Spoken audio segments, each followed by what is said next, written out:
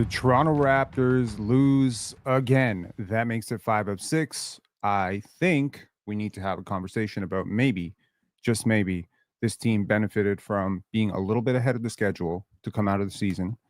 And they came out of the gate very strong because they had a very strong training camp, very strong summer, a lot of continuity. And right now, what you're seeing is other teams are catching their second wind. They're getting used to each other. A lot of the continuity and flow of playing without Jason Tatum. This Boston Celtics team is now rolling. And this Boston Celtics team not only just beat you, but just jumped you in the Eastern Conference standings in which the Toronto Raptors were number 2, one game behind the Pistons a week ago. Now, the Toronto Raptors had a lot of encouraging signs today and a lot of depressing ones. And the depressing ones are pretty consistently the same as they've always been. Jakob Poeltl's inability to defend in space got destroyed by Jaylen Brown. The Raptors' inability to find shooters. This happened a lot. And Immanuel Quickley. This team was better without Immanuel Quickley tonight. I don't care that he had 11 points, 5 assists. I don't care. This team is always better when Immanuel Quickley is off the ball. I never thought that I would think this team might be better with Immanuel Quickley off the floor, because today you got very, very encouraging performances from Ochai Agbaji. Congratulations to Ochai Agbaji. Just had a baby. That is awesome. Maybe we will see. We just saw the best Ochai Agbaji game I've seen in 7 months. So that was awesome to see. He blocked shots. He ran in transition, caught the ball, he even hit his corner 3 tonight, 1 for 1 from 3. This is a dude who's shooting like 7 or 8% from 3. So him making a 3 is a really big deal. We got to see a return to normal for Brandon Ingram. But I want to be clear about something. Brandon Ingram got swarmed with doubles and triples against Charlotte, and he struggled. He struggled with his decision-making. Tonight, he comes out. He has 4 turnovers. He had 2 turnovers in the first 90 seconds. So we're like, uh-oh, we're about to get one of those Brandon Ingram games. Ingram has really struggled with his decision-making. Ingram has really struggled with handling double teams and his decision-making when dealing with doubles and triples. Sometimes he just decides to shoot anyway. He makes up his mind. Quickley and Ingram are 2 players on this team that predetermine their script way too often. One player who does not, and I just want to say, this is not a negative Brandon Ingram thing. Very encouraging to see him get 30 points tonight after the disaster that was the last game. He had 7 points in the last game on 3 for 13. Tonight, he has 30 points on 20 shots, gets to the line 6 times, makes 4 threes. This was a very encouraging Brandon Ingram performance. But you know what? This performance should show you, hopefully, if you are someone with half a brain cell, it should show you that this is why teams double Brandon Ingram. Because when you don't double him, he gets a very efficient 30 points every time. I've watched this guy for too much time, for too many years to tell you Brandon Ingram's ability to be a star in this league basically comes down to his inability to get out of his own way. And when you're going to guard him one-on-one with a 6'6" Jaylen Brown or a Peyton Pritchard, more often than not, he's going to score. Or sometimes his decision-making is going to take over and he's going to take a fadeaway over Peyton Pritchard and miss. But the point is, the Boston Celtics are a fundamentally smarter team than the Raptors. They play a better brand of basketball. They're tenacious. And early in this game, it looked like this might have been a 40-point blowout because the Raptors looked bad. They looked bad defensively. They looked bad closing out. They looked bad in transition. They looked bad with their offensive process. Everything was one and done. They got outblocked, outstealed. We're going to take a look at the halftime stats because the halftime stats, the Raptors were making shots. They were shooting 40% from 3. But when you shoot 40% from 3 on 4 for 10 and they make more threes. They made 12 threes at halftime. They've made more threes than you've taken. This is just a game of math. Add in the fact that you're turning the ball over. They're running in transition. They're beating you in the paint. They got more assists. They beat the crap out of the Raptors in the first half. But something happened. Something beautiful happened for the Raptors, who are plus 68 in third quarters coming into this game. And the Raptors took over in the third quarter. And it was a lot of Scotty Barnes running point. Scotty Barnes pushing pace. Scotty Barnes doing everything. Scotty Barnes did not take a single shot in the third quarter. Okay. He finished this game with 18 points on 12 shots. He got to the line 7 times. He had 11 rebounds and 8 assists. Take a look at the box score here. The Raptors made a very commendable run, and it was not with Immanuel Quickley on the floor. Their run was 30-8. They made a 30-8 run to get back into this game between the third quarter and the beginning of the fourth quarter. And then Darko Rajakovic did what he always does, which is he cut the run short, put Immanuel Quickley back in the game, and the game was over. There is an egregious play, and I don't think Immanuel Quickley has been better defensively. I think that's a fair point. Immanuel Quickley has been better defensively this year, so we're not gonna focus too much on his inability to guard in this game because he had a lot of mistakes. I want to focus on a particular play when we get to our film session, and I think it is the most emblematic play in terms of why you cannot trust Immanuel Quickley to make good decisions for you.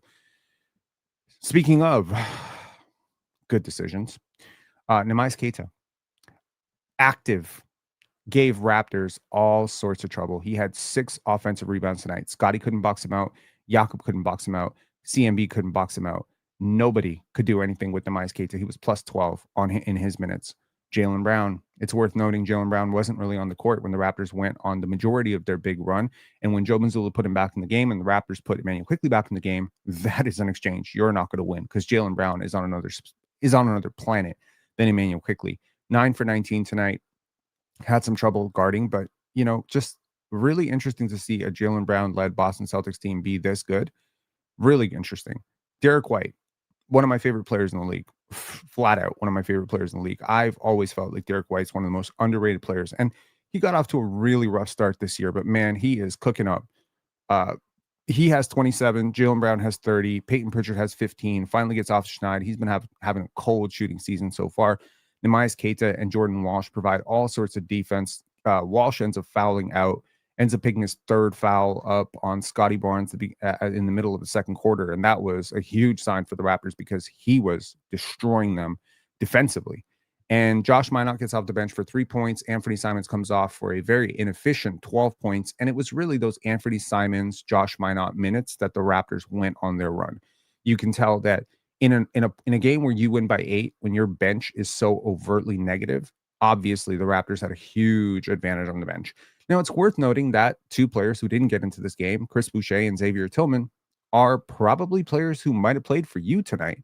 So it's almost like, are they not deep or are we kind of shit? I don't know. It's interesting.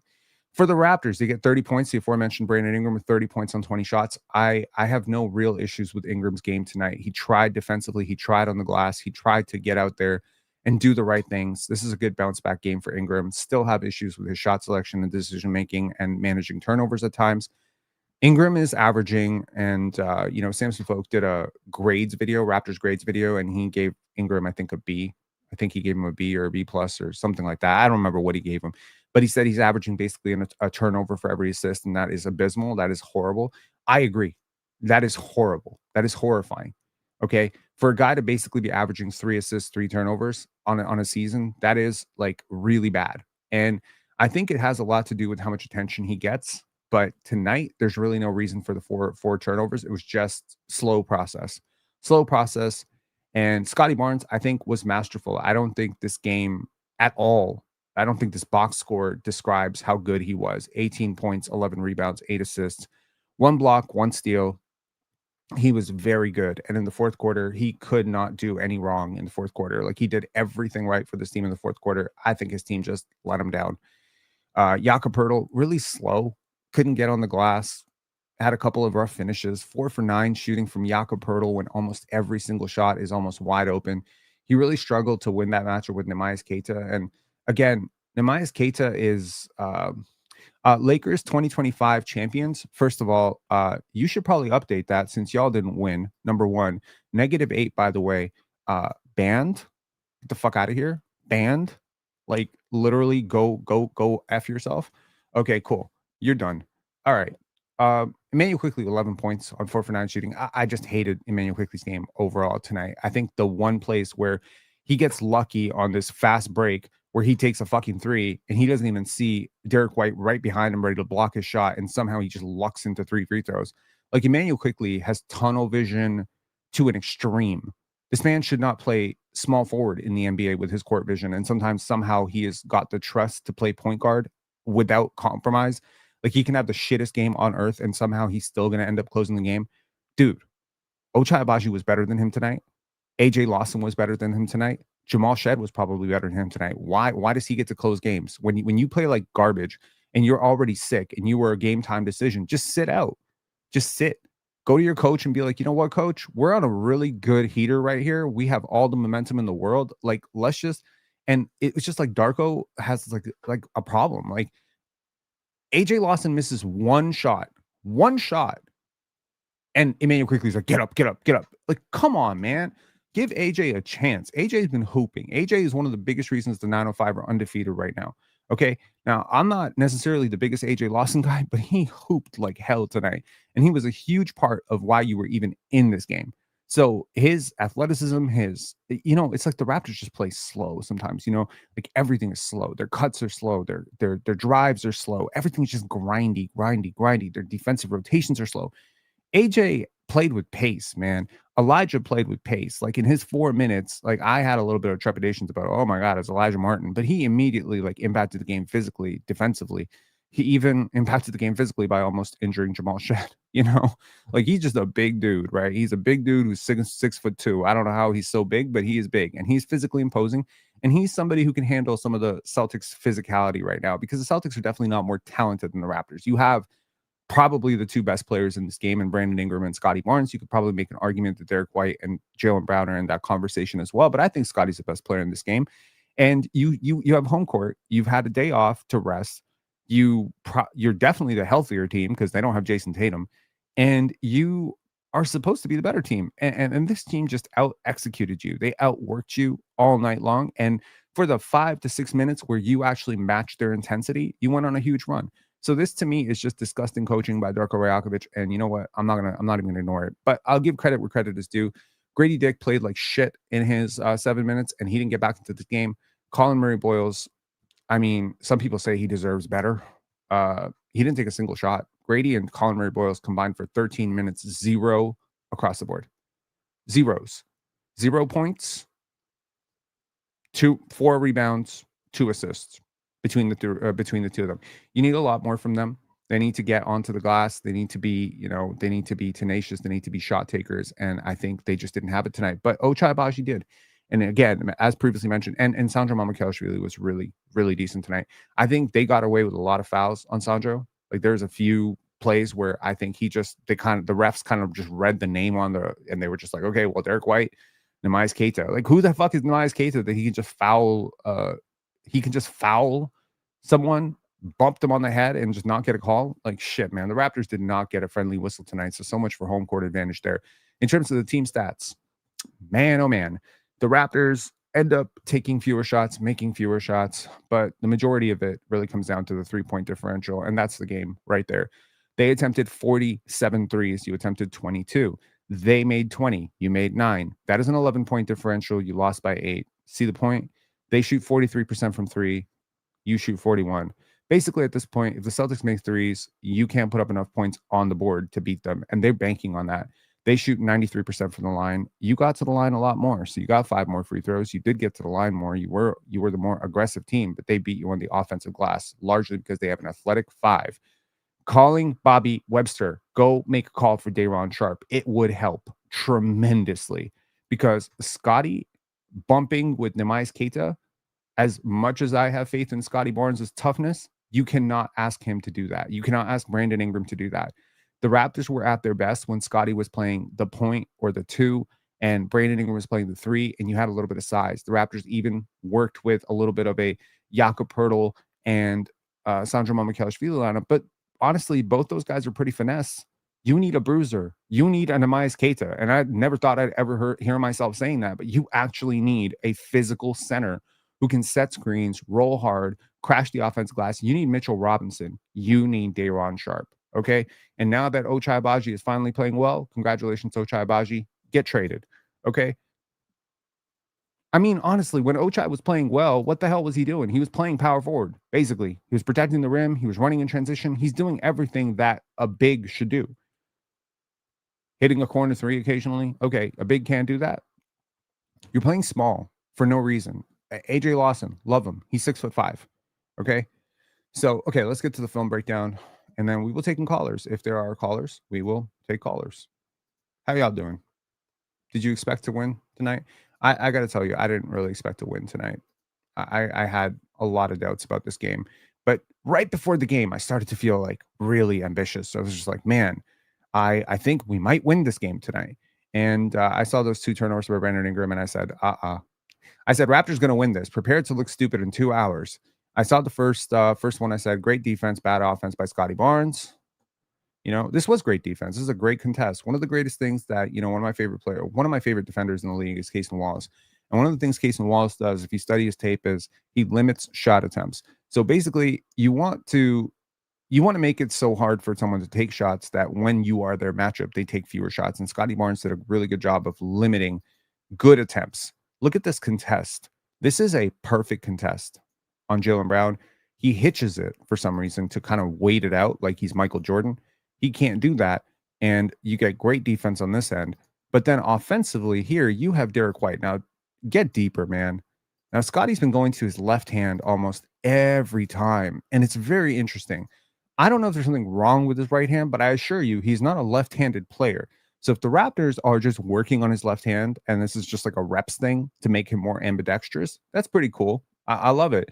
But he's missing the rim on some of these finishes with his left hand, like totally missing it. Like there were multiple plays like this tonight where he's just missing the rim completely from 4 feet. So, it's interesting. I wonder if there's something wrong with his right hand, but it hasn't impacted his 3-point shooting. So I think this is something that they're working on him with. Moving on, Brandon Ingram here, Jakob Poeltl. Now, Ingram, you can make this pass, right? Choose not to make this pass. Decide instead, pull up 3, makes it. No problem. No problem. No problem. No problem. Now, here, Jakob Poeltl takes the charge. Brilliant. So don't get rewarded on one end for rolling hard and setting a screen. On the other end, don't hang your head. Still play. Here, the Scotty Barnes masterclass starts. Okay, here, he takes Derek White in the post. Baylor Shireman doubles. Now, what's the right play here? Does anyone know what the right play is here? What would Brandon Ingram do? Fade away, jump shot, right? What's the right play? I can tell you what Ingram would do in this situation. Ingram would either take a shot or he would throw it out to Immanuel. But what's the right play for a 6'9" playmaker? What's the right play? The obvious one. Yes, there is a guy who is behind the defense that everyone seems to be ignoring right now, and he's got the widest open shot, waits for Minot to fly by. Perfect, right? Now, fast forward this. The Raptors get a defensive stop, and here, Shed almost gets a paint touch, passes to Scotty, and the second he passes to Scotty, look at that Georgian beast, Immanuel cutting right down the middle into the space. When you say we need RJ Barrett, do you know how many players on this team can basically take every single shot that RJ Barrett can without being the negative spacer that RJ Barrett often is? AJ Lawson, Ochai Baji, when he feels right and feels like he wants to do it. There's going to be people tonight who are going to say RJ Barrett would have made all the difference in the world. You're stupid. RJ Barrett is not going to change this game at all. He's not going to close out to the 3-point shooters. He's not going to chase Jordan Walsh around in the paint. He's not boxing out Neemias Queta. All of your problems tonight came on the defensive end for the most part, and it comes down to your shot selection. And your shot selection is contested, hard, mid-range shots. And their shot selection is wide open threes. At some point, the math just works out. I will explain EV later on in the context of advantage gambling, but I will also say it also matters a lot what is the expected value of a shot when it comes to the game, okay?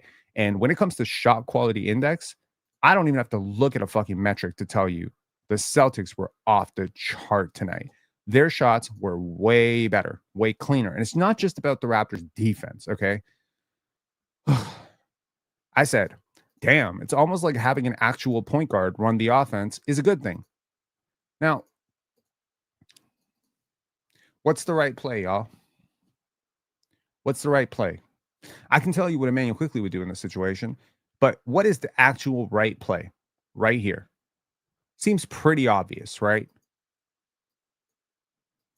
Boom.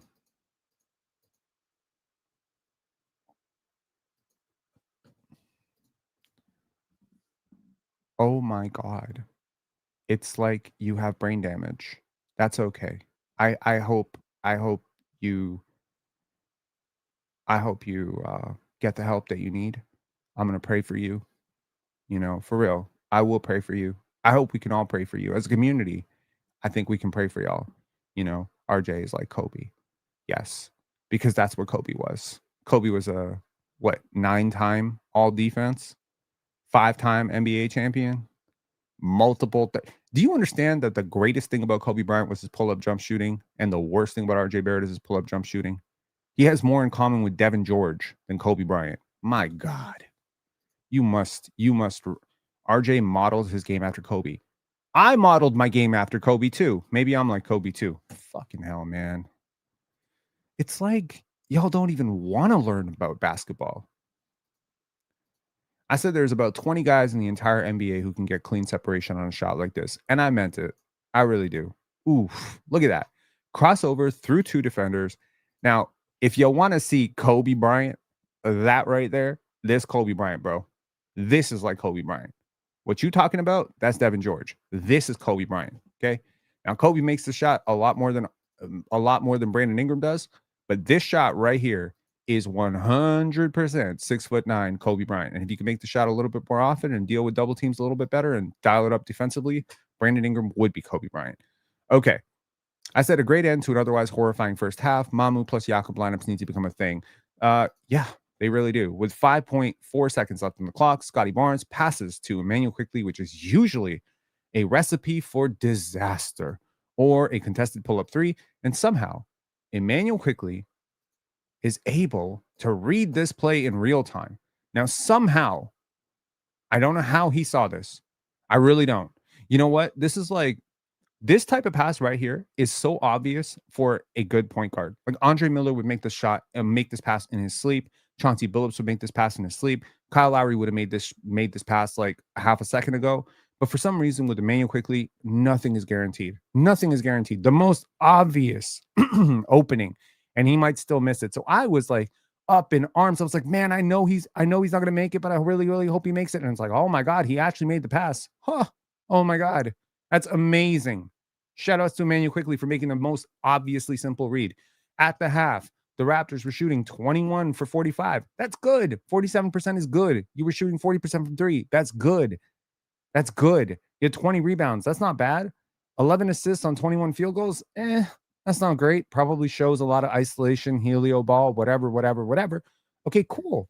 But overall, this is not bad. This is not bad. You're shooting 47% of the field. You should be in the game. But no, you're not in the game. You're down 18. You are down 18 points. Okay. Where were the Raptors at halftime? Ingram had 16 points. Pirtle had 8 and 3. Quickley had 2 on 1 for 4 with 4 assists somehow. Mamu had 11 off the bench. AJ Lawson had just started cooking, 3 for 5, came in immediately and gave them a huge boost off the bench. Did I just completely skip over all the AJ Lawson stuff? Hang on one second. Did I miss? I definitely posted the AJ Lawson clips, right? Yes, here we go. Did I just skip over a whole bunch? Oh, I apologize. I don't know why I did that. Here we go. I said AJ Lawson is doing a very good RJ Barrett impression. Again, great cut. Finds him right at the basket. That is a perfect RJ Barrett impression right there. And here quickly finds the wide open corner shooter. Perfect RJ Barrett impression. Must be a Canadian thing. I don't know. Also skipped over this clip where I said big move by Scotty Barnes. Here, take Jordan Walsh. He can't guard you. Boom, right go through him. I wish Scotty did this more tonight, if I'm being honest. I really do.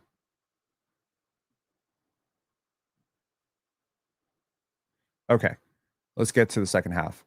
I said Quickley had zero idea White was behind and just threw up a pair and got fouled. Geez, look, this man-child had no idea Derek White was coming. And Derek White had no idea that it was going to take Immanuel Quickley this long to take a shot. That's why he totally mistimed this. Derek White gets this block a lot. Okay, this is kind of a specialty. Is Derek White's a really good shot blocking wing guard, and here he thinks he can get this block, but because Quickley's load up is so slow, White actually mistimes this and ends up fouling him before he releases the shot. So in a lot of ways, two incredibly stupid things about Immanuel Quickley actually pay off. Number one, his ridiculous shooting form, and number two, his ridiculous decision making, both of which were on display here. And Derek White picks up a foul on what would usually be a block. Okay, he gets three free throws, goes to the line. I said point Scotty on display here. Apparently can't see that clip for a sec. Move off that. Hopefully come back to it. Said Scotty pushing pace has been a catalyst for the comeback here. Every time Scotty rebounded, it was like, okay, here he's just going to get the steal, first of all, steal block, stock. And here, passes to Ochai Agbaji before Ochai Agbaji is even looking at him. If you get the ball, if Scotty has the ball, you better run and you better be looking for it, because if you're open, he's going to find you. And here, no assist for Scotty, kind of robs him of the triple-double, but it doesn't matter because this is what he did pretty much the entire game. Like in the second half, he's a catalyst for pushing pace. Here, I said Ingram and Ochai have been huge. This pass was a skip pass from Ingram. This is Ochai Agbaji's first corner three of the season, which is pretty crazy. Here, Ingram fakes the shot. What's a shot fake? A shot not taken, right? You pass to CMB. CMB passes right back. And here, look at that. The lift is back, and that is very good. That is very good. Ingram did not look super tired today, and that is great. And here, you get a little bit of great defense from Ochai Agbaji, which is, again, I've been petitioning for a small forward who can block shots. I've talked about OG Anunoby coming back. I've talked about Herb Jones. I've talked about a lot of players. I've even talked about Jonathan Kuminga because I like this idea of a small forward who can actually protect the rim a little bit. And here you're going to see the value of a small forward who can protect the rim a little bit. Here, you see this, Sandro is not a power forward, but he's not a big shot blocker, but all he has to do is do enough to allow Ochai and his wingspan to get back into this. If you had a player like a Toumani Camara, if you had a player like a Herb Jones, if you had a player like that on your team right now, you would see a lot more of this. His name is AJ Lawson. Do you see the score? It is 93-97. Scotty passes to AJ Lawson. Neemias Queta is way too delayed. And AJ says, thank you very much. I said 30-8 run starts on defense. Great dig by Elijah Martin. The Raptors' physicality here was immense. Between Elijah and Jamal, they are showing Immanuel Quickley what to do. This lineup right here, Elijah Martin, Jamal Shed, AJ Lawson, Sandro Mamukelashvili, and Scotty Barnes. I want you to take a look at who is on the court for this run. That is a G Leaguer, a two-way guy, a minimum guy, and a second-round pick from last year, and one NBA starter, and that is Scotty Barnes. But when you put actual players who are willing to play hard, know how to play the game around Scotty, and you put them on the court with him, he will drive success. And this is what this entire game was about. I can do a lot if you do your job, okay? I can make the pass if you cut, right? So here, beautiful dig by Elijah Martin. But look, there's no stalling here. We have an advantage. Scotty does the calculus immediately. If I run, this is 2-on-1. If I stall, this is 5-on-5. What's better, 2-on-1 or 5-on-5? And this is the point. What is the expected value of your offensive decision? Your offensive decision here is to push. Now, you have a loose handle, fine. Scotty has a little bit of a loose handle sometimes. Pushing in transition might result in a turnover. But what is the expected value of a Scotty Barnes-led 2-on-1 fast break? 2 points. Because right here, Peyton Pritchard has to guard Scotty Barnes. He has to guard Scotty Barnes because if he leaves Scotty, that's an open dunk. So he's hedging that Jamal Shed is just going to miss this layup. So he guards Jamal all the way. Jamal just skips past him, and Scotty is there if Jamal misses that for the offensive rebound. That is the point. When Scotty leads a 2-on-1 fast break, it is an expected 1 point, I would say generously 1.88 points. But if he stalls, if he waits, if he pauses like, oh, let me catch my breath, let me dribble, let me pound the ball like an idiot, then the expected value of that possession goes down to like 1.05. So every time you make a really dumbass decision, like slowing down when you have an advantage in a fast break, you are costing your team points. Every time you do not pass to an open cutter underneath the basket, you are costing your team 2 points. That's why dumb basketball players drive me absolutely insane. And you're going to see a lot of dumb basketball right after this stretch. Okay, I said, yeah, Scotty, because Scotty Barnes decided it's isolation time for me. Okay, come on, man.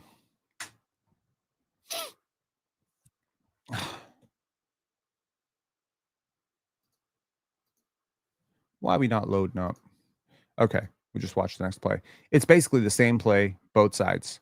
This side, just take Neemias Queta off the dribble, finish right through the double contact. Can't stop that.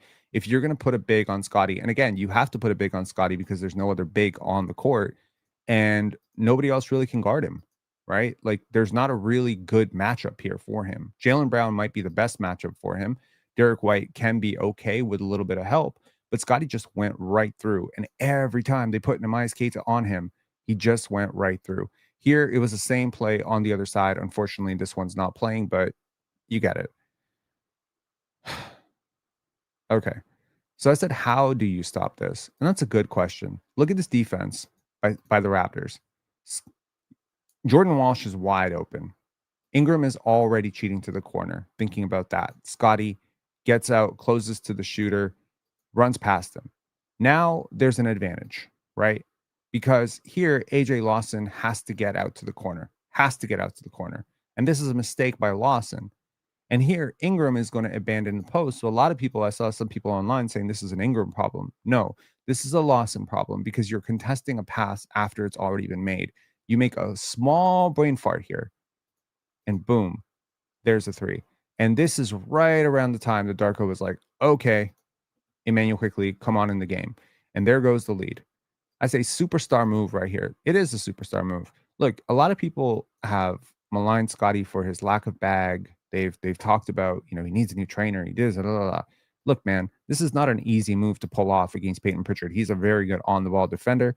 He's very, very comfortable ripping the ball away in your handle. He gets into your space. And here, Scotty is just able to manipulate this and again, what hand did he finish with? That is a right-handed finish going left. That is weird. That is weird. Okay. Now, this is the play we have to talk about. You're down big. Okay. I understand that. Now, you're down big. Why? Precisely because Immanuel Quickley's been on the court doing dumbass shit. That's part of it.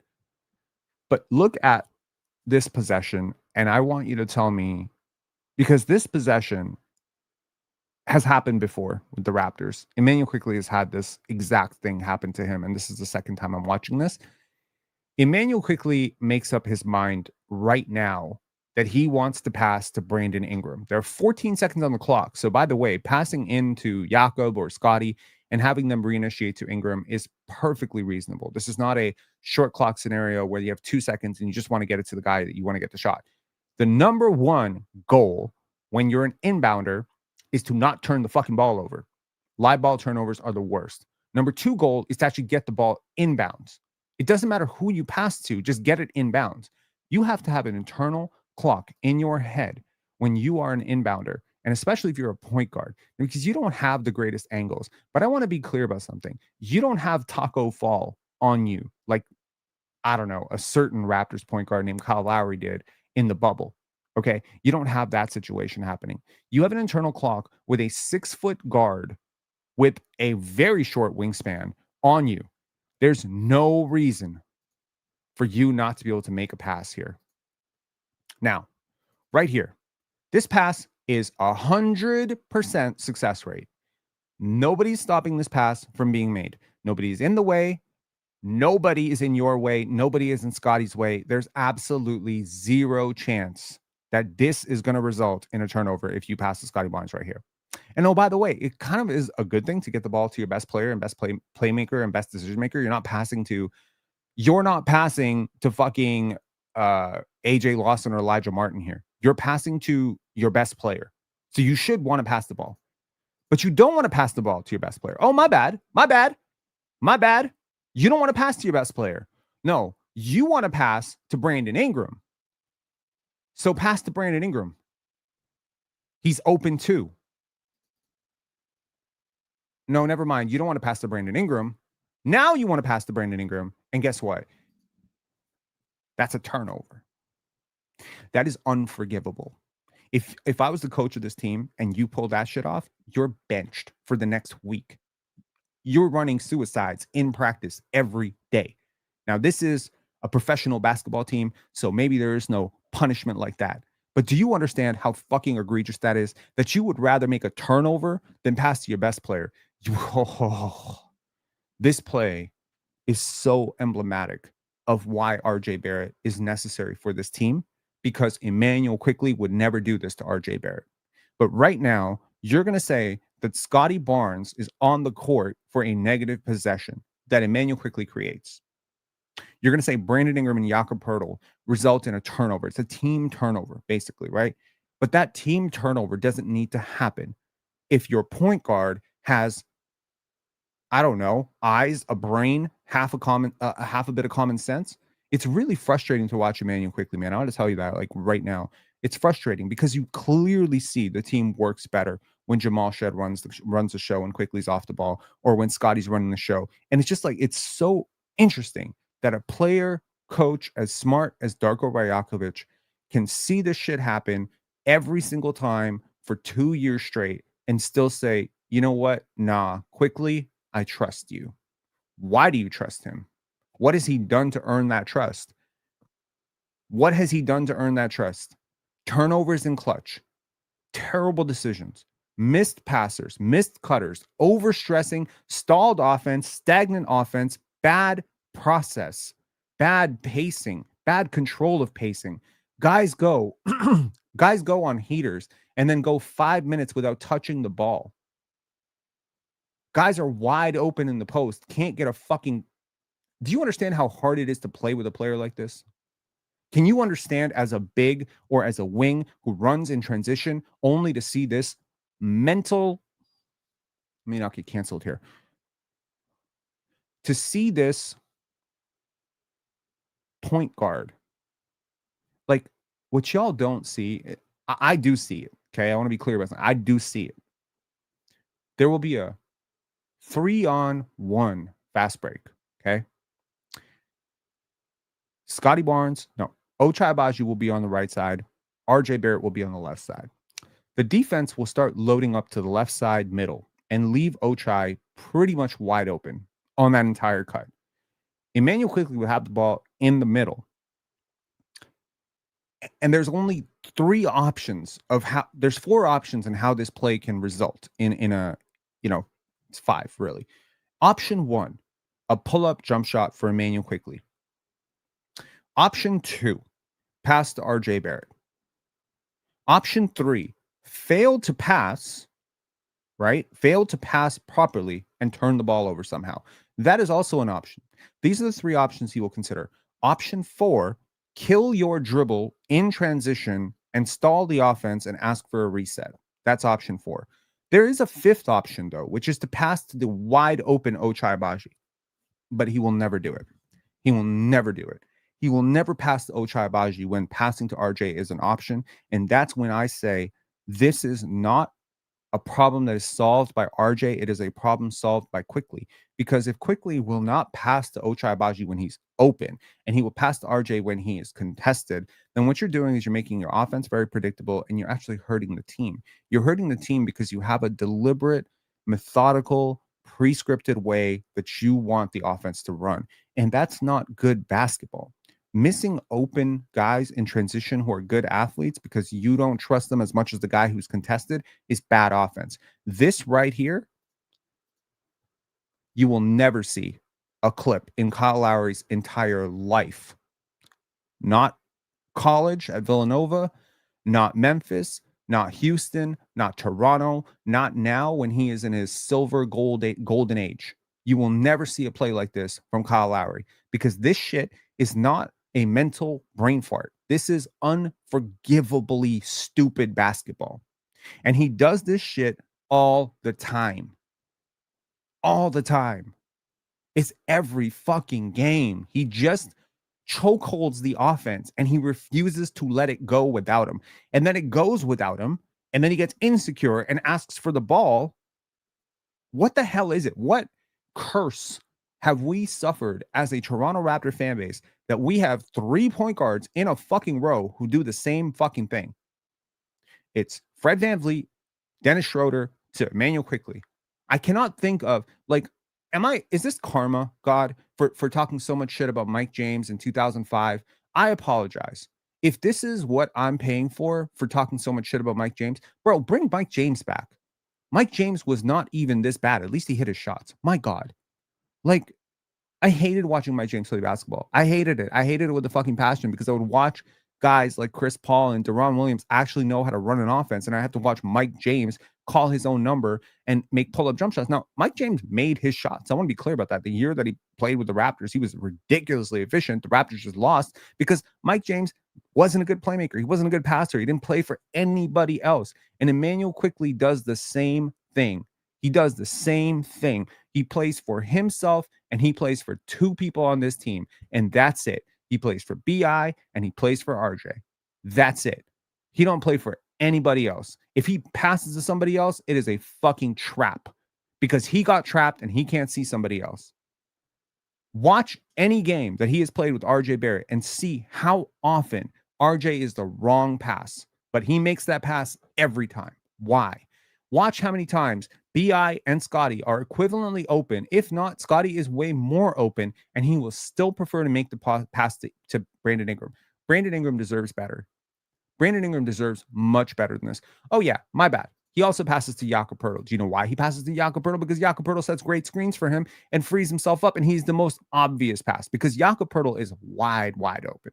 But I'm saying, if Scotty Barnes is demanding the ball on a mismatch, and Brandon Ingram is being huddled 2 defenders to him in the left corner, you're going to somehow find your way to get away from Scotty on the mismatch. Do you know how many times Scotty's had the ball? Like, again, I understood when this was happening to Scotty when he was a 4th option or 5th option. It was frustrating, but I understood it because I understand NBA locker rooms have politics, right?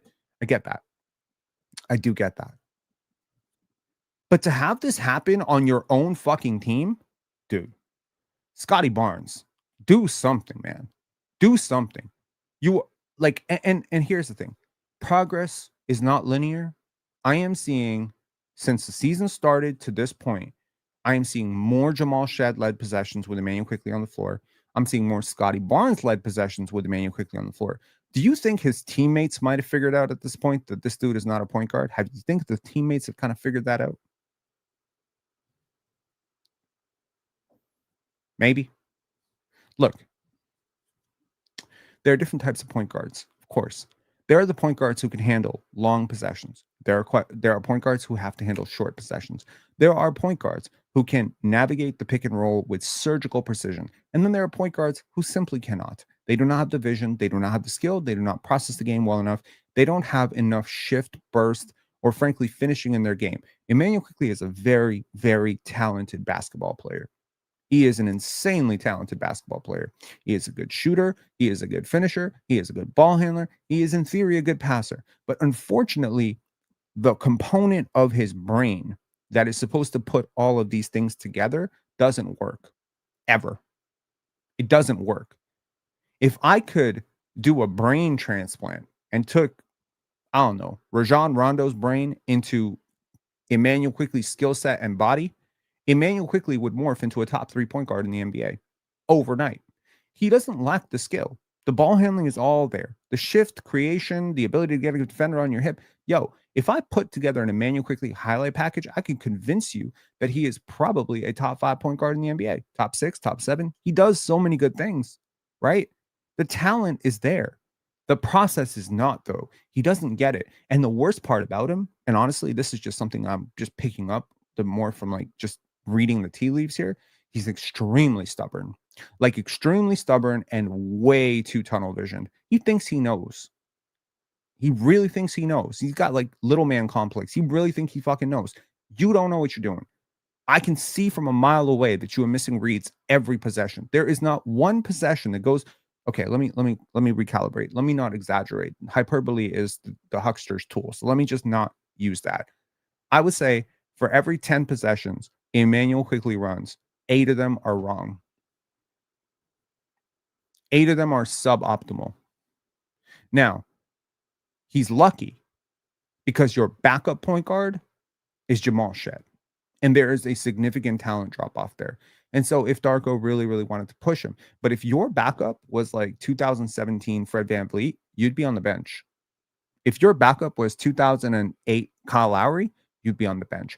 If your backup was 2009 Jose Calderon, you'd be on the bench. It just so happens that your backup is a second round pick who has a lot of his own issues and has a lot of his own limitations and is nowhere near as talented as you. But right now, you are paying $32 million a year for not a top 10 point guard, not a top 15 point guard. He is bad. Like, he is actually bad. And I don't care if he's making shots. He's not a point guard. He is a shooting guard who is undersized. That is what he is. And if he accepts it, if he buys into it, he will be fine. But stop choke holding the offense. There's plenty of people who can't run an offense in the NBA. Plenty. If the Celtics decided to run their offense through Jordan Walsh, honestly, they would suffer too. So they don't do that. When they tried to run their offense through Anthony Simons, the Raptors went on a run. Why? Because Anthony Simons ain't a point guard either. Anthony Simons is a worse defender than anyone on the court. And oh, by the way, he's also probably a worse point guard than Immanuel Quickley. Anthony Simons sucks. I don't like Anthony Simons. Not my brand of player. The Celtics like him because they thought they could rehab his value because of the high volume and very good three-point shooter. Anthony Simons is basically Immanuel Quickley, but Immanuel Quickley is a little bit better. The gap here is that Anthony Simons is a backup point guard who often plays off the ball. And when he was playing off of Damian Lillard, it was perfectly fine in Portland. When he started to try to run the show, it totally fell apart. Immanuel Quickley, when you play off of Scotty Barnes, you're fine because Scotty is a point guard. He is actually a point guard. You know, like that Instagram bio, 6'9", point guard, West Palm Beach. That's not a lie. Scotty actually is a point guard. You can see it in everything. If his handle ever catches up, dude, it's over. He is a 6'9" point guard. Scotty is a point guard. Derek White is a point guard. Marcus Smart, probably more of a combo guard. But Drew Holiday's a point guard. Like, these are true point guards. So when you put an off guard next to a point guard, shit works really well. You remember that? Y'all remember Coach Carter? Y'all remember the guy who like moused off to Coach Carter? What is your deepest fear? What was his name? Tito Cruz? Was it Tito Cruz? Someone let me know. What was the name of that character? What is your deepest fear, young man? Man. Yeah, like what is Timo? My bad. I thought it was Tito. Timo Cruz. Immanuel Quickley is Timo Cruz. Never seen a shot he doesn't want to fucking take. Can't make a single read. Has no idea how to play the game. Probably one of the most talented players on the team. He is Timo Cruz. Okay? So, I don't know. That's where I'm at. I did not like this game for Immanuel Quickley. It wasted a perfectly good Scotty game, a perfectly great bench game. Everything worked for you tonight except for Immanuel Quickley. You think I'm supposed to give this guy, cut him some slack because he's sick. I don't give a shit that he's sick. Sit out if you're sick. He's been playing like this all year. This is not a sickness.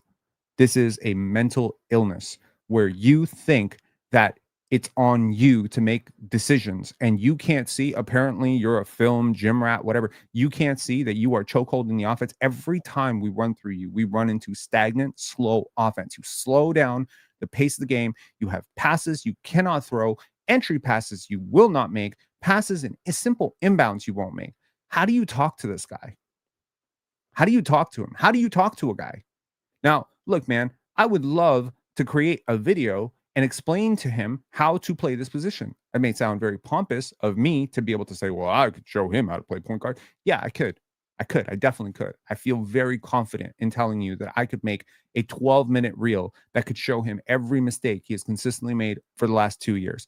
I would love to do that. Unfortunately, the dude blocked me on X. Can't do it. Can't reach him.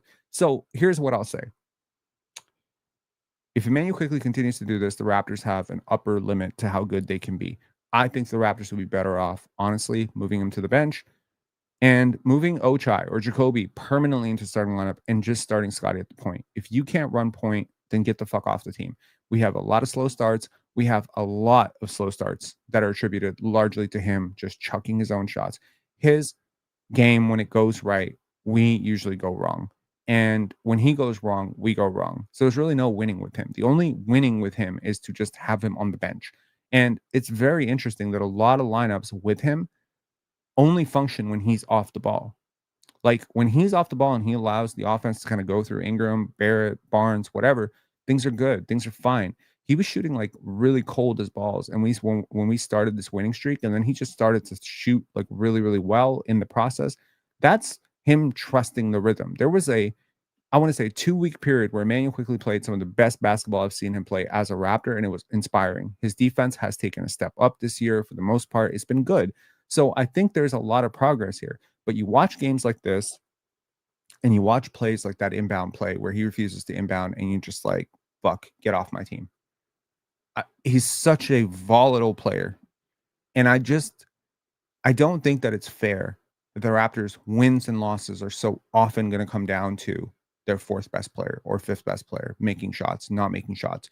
And it's not even making shots. He can make shots and we could lose. We lost by like, 20, 30 points against the Hornets, and he made shots. It's not about making shots. It's about letting other people create shots. He can't create good shots. He doesn't create good shots for anybody. He gets a lot of assists. He does not create good shots. He is probably the fourth or fifth, maybe sixth best passer on this team. And he has the ball more than anybody in a pass-heavy offense. It's crazy. Me too, man. We got a couple of super chats, and then we got Little John calling in. So hang on. Noble Venom said, I'm very concerned about the Pirtle contract. The back issue seemed to make him unplayable, and he's old. Well, it feels weird to call Jakob Pirtle old, given the fact that he is like 7 years younger than me. But I understand from an NBA standpoint, he is old. And he's looked very old out there. I agree with you. Yesterday, I made a video about loss aversion and the Toronto Raptors' inability to sometimes make proactive decisions. And I think the Jakob Pirtle trade, subsequently extension, and second extension are three of the worst decisions in Raptors history. Red Salute said, we may miss his spot-up shooting, but IQ simply has to go, preferably for Suggs. And we need Dayron. Get it done, Bobby. I don't think you're getting Suggs at this point for Immanuel Quickley, unless you're adding 2 picks to that deal. Jalen Suggs has been amazing for the Magic. He is younger. He is way better. Way better. But you know what's interesting? There's a player on the OKC Thunder that would be the perfect starting guard for this team. Perfect. And you gave up a chance to draft him to go trade for Jakob Pirtle, and that is Cason Wallace. Cason Wallace, if you watch him tonight, at 8 o'clock, the OKC Thunder will play their first game this year without Shai Gilgeous-Alexander against the Utah Jazz. I believe that the Thunder will win this game handily. Do you know why I believe they will win it handily? Because I trust Cason Wallace that much. I trust Cason Wallace, AJ Mitchell. I trust Chet Holmgren. I don't know who else is out for the Thunder, but I think they're going to smack the Utah Jazz. At which point, maybe the panel tomorrow will be like, oh, maybe the Thunder don't need Shai. The Thunder defense gets better with Shai on the bench. Cason Wallace is that good. We could have had him. Okay, Lil John, what's up, man? How you doing, man? Can you hear me? Yes, I can. So did you think they were going to win that game when Quickley came in? Nope. The second Quickley came in. Did you see the camera pan to him? Mm-hmm. Yeah. Pan to him, yep.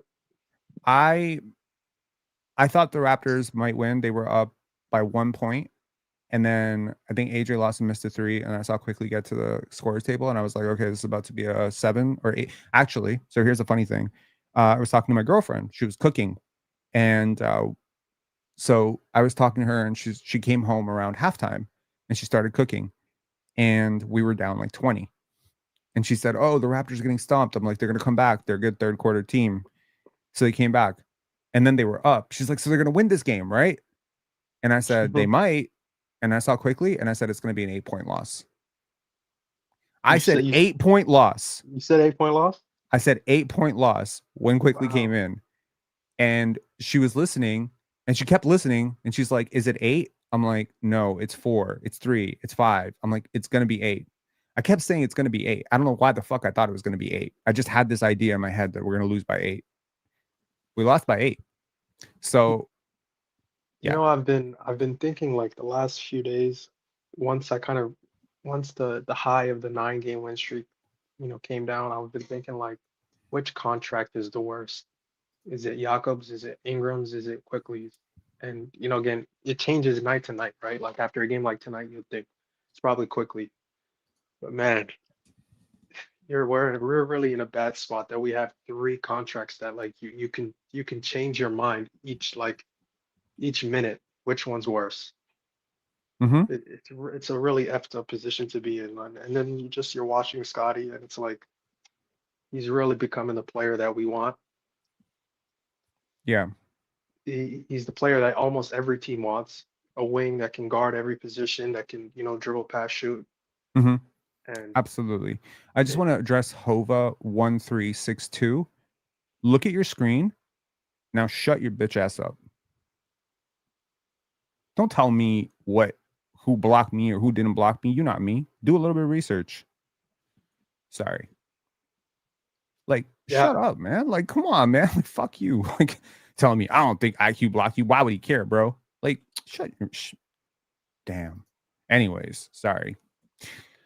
I Yes, mean, Scotty is becoming that type of player for sure. But I rank the need him. contract. I need him to grab this team. Like I need him to grab this team and say, listen, if I'm open and you don't find me, I'm going to Bobby Webster and having you traded.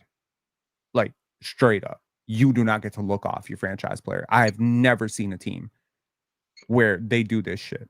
This would be like This would be like Steve Kerr looking off Michael Jordan. Like, are you crazy? Shit. Can you rank the contracts for me of from worst to worst, like worst to best? On this team, Just no, just to Quickly Ingram Pirtle. Which one do you think is the worst, and which one do you think is feasible? Like I think Ingram is the best. I that's what I think think. That's what I think. uh I think I think you can go back and forth with Pirtle and Quickly. look, I had this entire debate with Lane on the last show where he called in and he was talking about Brandon Ingram, and I said, listen, like I understand like everything people are saying, but the ability to consistently command double teams is basically how basketball works, right? Like your basketball team is going to be good if one person needs to be doubled. If that person who is doubled makes the right decisions, you're going to be a good basketball team. You're going to be an average to above average offense if that happens. The teams that suck generally have one player who can do anything at all or zero players who can do anything. And they can just be guarded straight up, right? So Washington, Brooklyn, teams like this. But the minute you get one guy who has to be doubled or two guys who have to be doubled, Scotty and Ingram, both have to be pretty much doubled and they can do shit with the basketball, you're gonna be a good basketball team. So all Immanuel Quickley has to do is kind of just like be there. Now, in terms of ranking out the contracts, I actually think Quickley's contract's a little bit better than Pirtle's. And it's because of the health, right? It's because of the age, health, shooting, length. Pirtle's on the books longer, and he's actually going to make almost as much money as Quickley in the fourth year of that deal. So So we rest him on Thursday against the Lakers. He gets outplayed by a second round rookie, and then I'm like, all right, let's see how he looks against Kata. I had this exact thought, and then Kata just completely punks him. I don't know what's oh, going he on with him. absolutely got destroyed. I don't know what's going 100%. on. Like these are some bottom barrel centers. and you're getting paid 20 million. I don't think Cato is I'm a bottom barrel center, but I don't think he's like I don't think he's a top 20 center. I'll put it that way. yeah. I think he's a top 25 center, and I think Jakob Perl is a top 25 center. Oh my God, we're paying 20 million for a top 25 center. You're paying 20 million right now, and next year, Oh my the year God. after that, you're paying 26. Congrats. Oh my God. Oh my God. All right. Grady Dick. Well, I mean, like list it out. Name me the centers who are better than Jakob Pertl, and I'll say yes or no. Like let's I'll start. name Let's you. just get out. I'll name you the ones that aren't. I No, can name you the ones that aren't. Yeah. Well, how's that going to help us? There's like Yeah. 70 centers. There's like 70 4 or centers in the 5. NBA. No, there's like 70 Oh, centers in the starting NBA. centers. Yeah, like I'm talking, dude. Is Naz Reid a starting center? I mean, isn't he a 4? But fine, sure. He's a Yeah, 5. he's not. He's worse. I mean, he's He's better. worse. No, he's better. I mean, Pirtle's worse. But So that's the point. So we shouldn't just be talking about starting all centers. We're right. talking about centers. Period. I think I mean, Naz is better. I think Rudy Gobert's better. That's 2. Can we agree on that? Yeah, for sure. Okay. Is Miles Turner better? Absolutely. Okay, that's 3. You consider Bam a 5? Yeah, sure. So is Bam better? Yeah. Of course he is. Yeah, That's of 4. course. Is Kelal Embiid Ware? is Kalal Ware better? Of course. I mean, as an I, asset for sure he is. I mean, he's just more. He's a live body. Is Klingon better? Donovan Klingon? Easily. I mean, when he Walker was Kessler better? Yeah, sure. Okay, we're at 7. I'm not going to ask about Nehemiah's case. Draymond's a center technically. Okay, yeah, there you go. Zubac, there's another Of one. course. Jared Allen, there's another one. We're already at 10. Nikola Vucevic, Mobley's there's another center, one. yeah. Mobley, that's another one. Is Wendell Carter better? Honestly, yes. He's just more physical. I just put that as fringe. I feel like that's beating up Jakob Pertl for no reason. He does provide spacing. He's more physical, and you just feel his presence. Is Mitchell Robinson better? The Hack Shack or the Hacker Robinson kind of like evens it out. Forget Mitchell Robinson. Let's go OKC. Chet Hartenstein. There's 2 more. Jalen Duren. There's 15. So we're already at 15. So you're not a top 15 Isaiah center. Stewart's better. We haven't talked about Isaiah Stewart. Did we talk about Jalen Duren? No, that's 17. Yeah, you just said Duren. Okay, my bad. So Porzingis. 2 on the Pistons. Porzingis, Isaiah Stewart. There's 17. Anthony Davis, Daniel Gafford, Derek Lively. Which of those players is he better than? None. Okay, so he's not a top 20 center. There you go. The Raptors are lying to you when they say he's a top 10 center. That is bullshit. I would say he's a top 20 center fringe. He's a top 20 center fringe. He's a top 20 center in the East. He's a top 20 center in the East. Mm-hmm. It's really sad. I will say this about Grady Dick. I think Elijah Martin has to play over him until he like shows that he's completely inept offensively, which he probably is. But I think he deserves the chance to show that. Like, do you want to see Grady Dick play against the Knicks? I don't. Mayito, Rob is such a pussy, triggered by RJ. Even when he doesn't play, your superstar, you added an apostrophe for no reason. You might be, oh my God, you're a delinquent. My God. Are you illiterate? Jesus, you are illiterate. No wonder you're an RJ fan. Okay, your superstar needs to take more than 12 shots, take over a game. Raptors 3-5, no RJ. To which I say, call in. Let's have a conversation. Call in. I will post the link right here. Call in, dumbass. I would actually like to hear if the personality matches the text. Come on, man. The team isn't playing defense, and how does RJ help that? He doesn't at all. But I don't understand how he helps. The defense. How he helps this, like he doesn't. The correlation all the Celtics did today was space the court, attack Pirtle, and then no one could get around those Kata screens. And RJ, you think RJ's getting around those screens? No, he's not. Of course he's not. I've watched him not get around screens all year. Like what? I I don't like when people do this. Like they act It's like insane. because someone's not there, they would have made the difference. Oh, that's the It's right. the This is media. this is copium. This is stupid, and this is hello And and welcome the chatter. media loves RJ, man. It's sad. Look, I like RJ too. I do. He's a smart player. He probably helps, but he's not solving the problem. That's what I'm saying. He helps because he's better than some of the guys who are playing in front of him. He's better than Grady Dick. He's better than Jacoby Walter to some extent. He doesn't fit better than Jacoby, but right now he play better than Jacoby.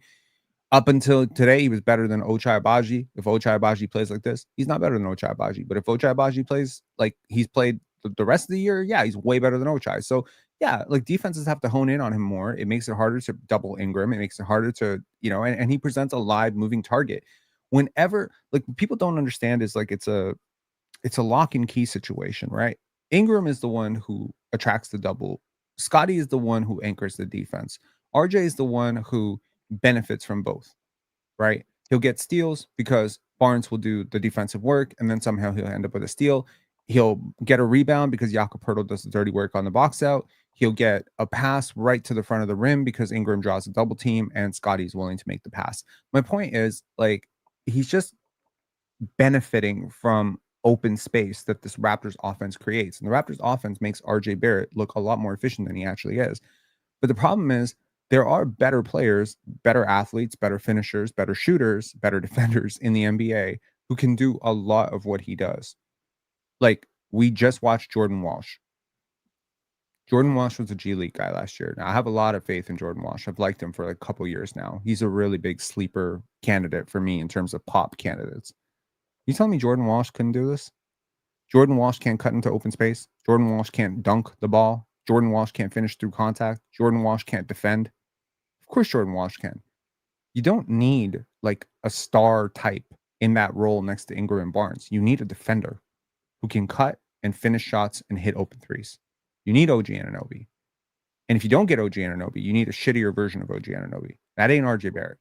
Who's on the market that's a shittier version than RJ Barrett? Shittier version of OG Anunoby, you mean? Yeah. I'm sorry, OG Anunoby. Just is there any Herb trade? Jones. I mean, it's going to require picks though. Hmm.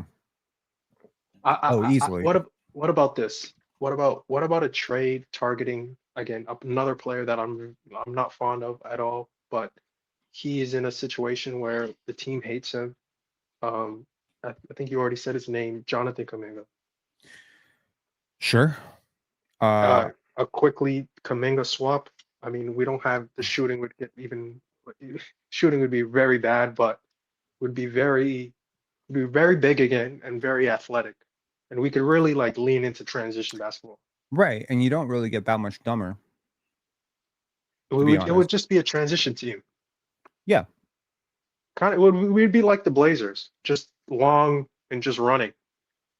Sure. I mean, I don't think the Blazers run that much, but they're just long and to get into the paint. It's basically they play like just such a stupid brand of basketball, but it's just Avdia and then Scotty's Avdia, right?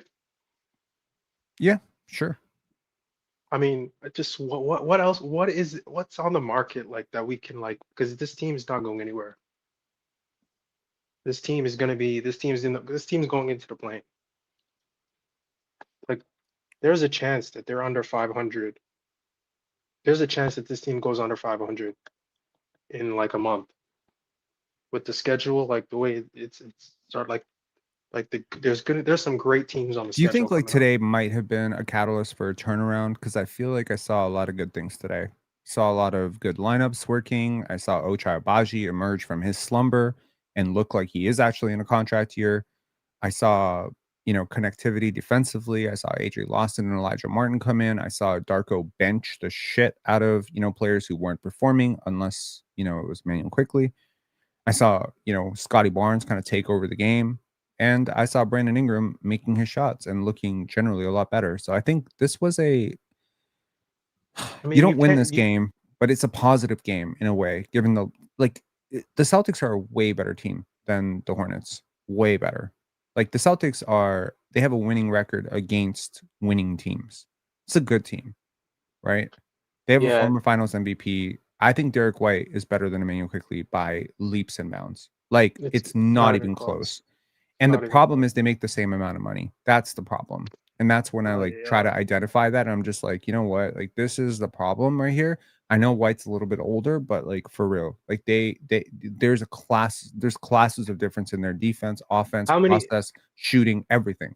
how many picks would it take to just swap those guys? Two. It starts with three. I think two, one and a Really? half. You think Brad Stevens would only take two? I Two mean, unprotected? it would be two very valuable picks. Yeah, Yeah, unprotected, right? Like 26, 20, 28. something like that. Probably 27, 29, something like that. Or maybe 26.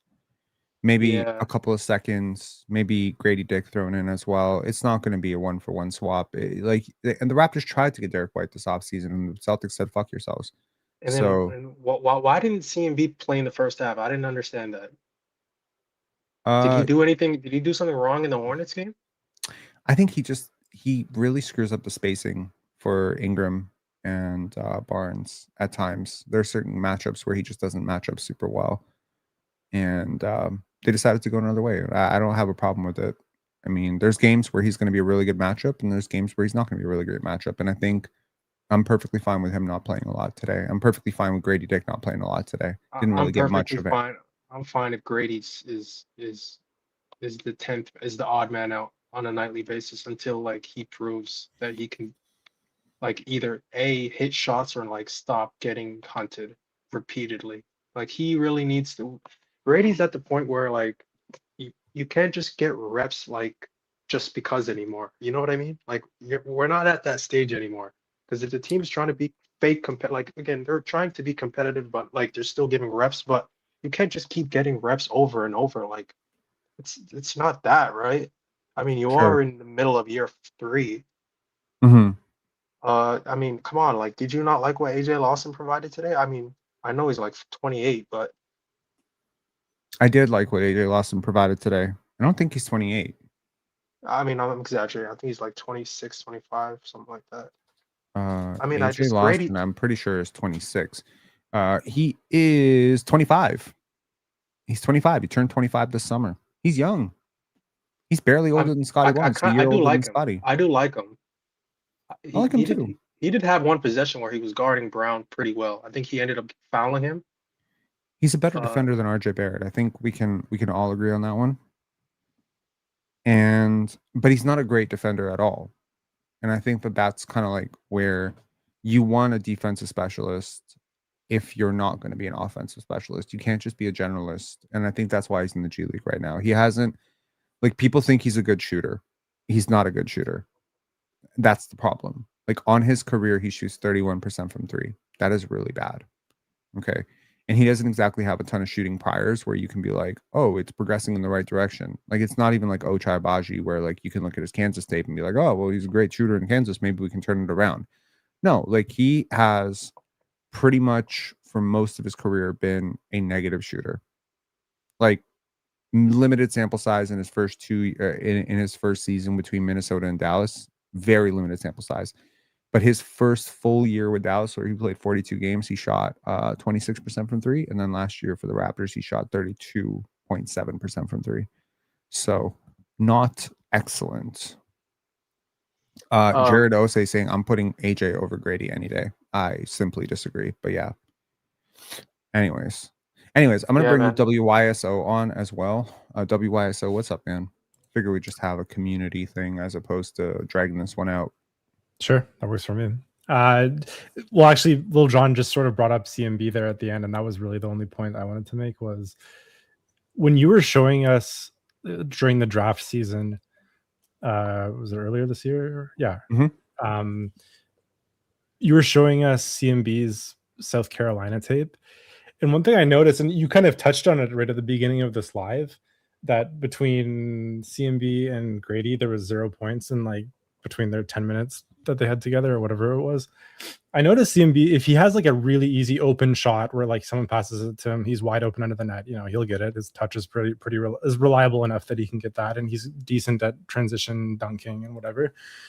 But when you were showing us his South Carolina tape, he did a lot more like creation inside the key. Like he could get around a defender or two and, was able to have good touch around the rim, and he just doesn't even seem to be trying that yet with the Raptors. Do you think that's because Darko's telling him not to? Do you think it's a confidence thing? Like, do you think that'll come? It's just weird to me that he's not even attempting it at all. That's not his role on this team. First, Okay, fair enough. But even in the offense that gets clogged up and there's like nothing to do, you can tell his first instinct is to try to pass it to someone, but there's no passes available. People aren't really like cutting for him, and like I think he has the opportunity to get those points, and he's just not doing it.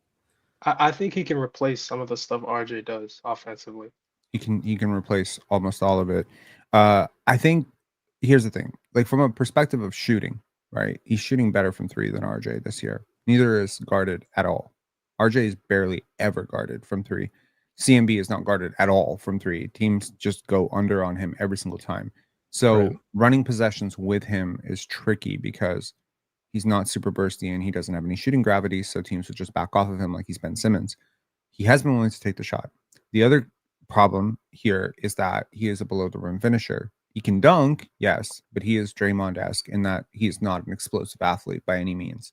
I'm actually going to bring Coach Mo on as well to add to this wonderful discussion panel that we've got going on here. Yeah, so I just remember you were like when you were showing the tape in the draft season, you were really highlighting like that was one of his plus factors because everyone was focusing on just his defense or whatever. But yeah, but he's also a 6'6" player who has trouble finishing over length, and there's more length than he's ever faced at any level right now. Okay. Yeah, so you just have to find different angles. Coach Mo, what's up, man? I felt the exact way you felt, bro.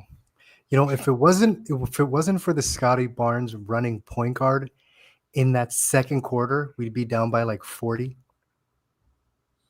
Yeah, I didn't even talk about Scotty in the second quarter. Dude, he totally pulled us back into the game in the second quarter and the third quarter. Fucking hell, man. And I knew 100% we were losing this game because Quickley's about to come back in the game. 100%. Forget the offense. Same way. Forget the offense. They put that guy in every action defensively right away. Jaylen Brown wanted Immanuel Quickley. So my question is, you're watching the game and he's hurting you on offense. He's hurting you on defense. You guys made a miracle run. And it's like, cool. And I told you before, the last thing we had a conversation, I said, this team is going to turn around its season when players know they don't get guaranteed minutes for playing like shit. And so far, that hasn't changed. Until that happens, until I see Immanuel Quickley sit on the bench in the fourth quarter, nothing's going to change, my opinion. I agree. Yeah. Okay, you said we would need to attach picks to get a trade of IQ to Jalen Suggs because of Suggs' performance this year. Yep. What about Drew Holiday? He's been injured. He has a low trade value right now. He's super old. Is that something that you think we could do more of a 1-for-1? They make about the same money too. Sure. Yeah, that is more of a 1-for-1, I think. And what do you think is the right approach? Making a trade like that using IQ or keeping IQ and using RJ plus Ochai or whatever to get Drew Holiday and then move IQ to the 2? Like, do you think the better goal is if you were running the front office for Raptors, is it to get him as the 2 guard or is it to replace him altogether and do something else for the 2 guard spot?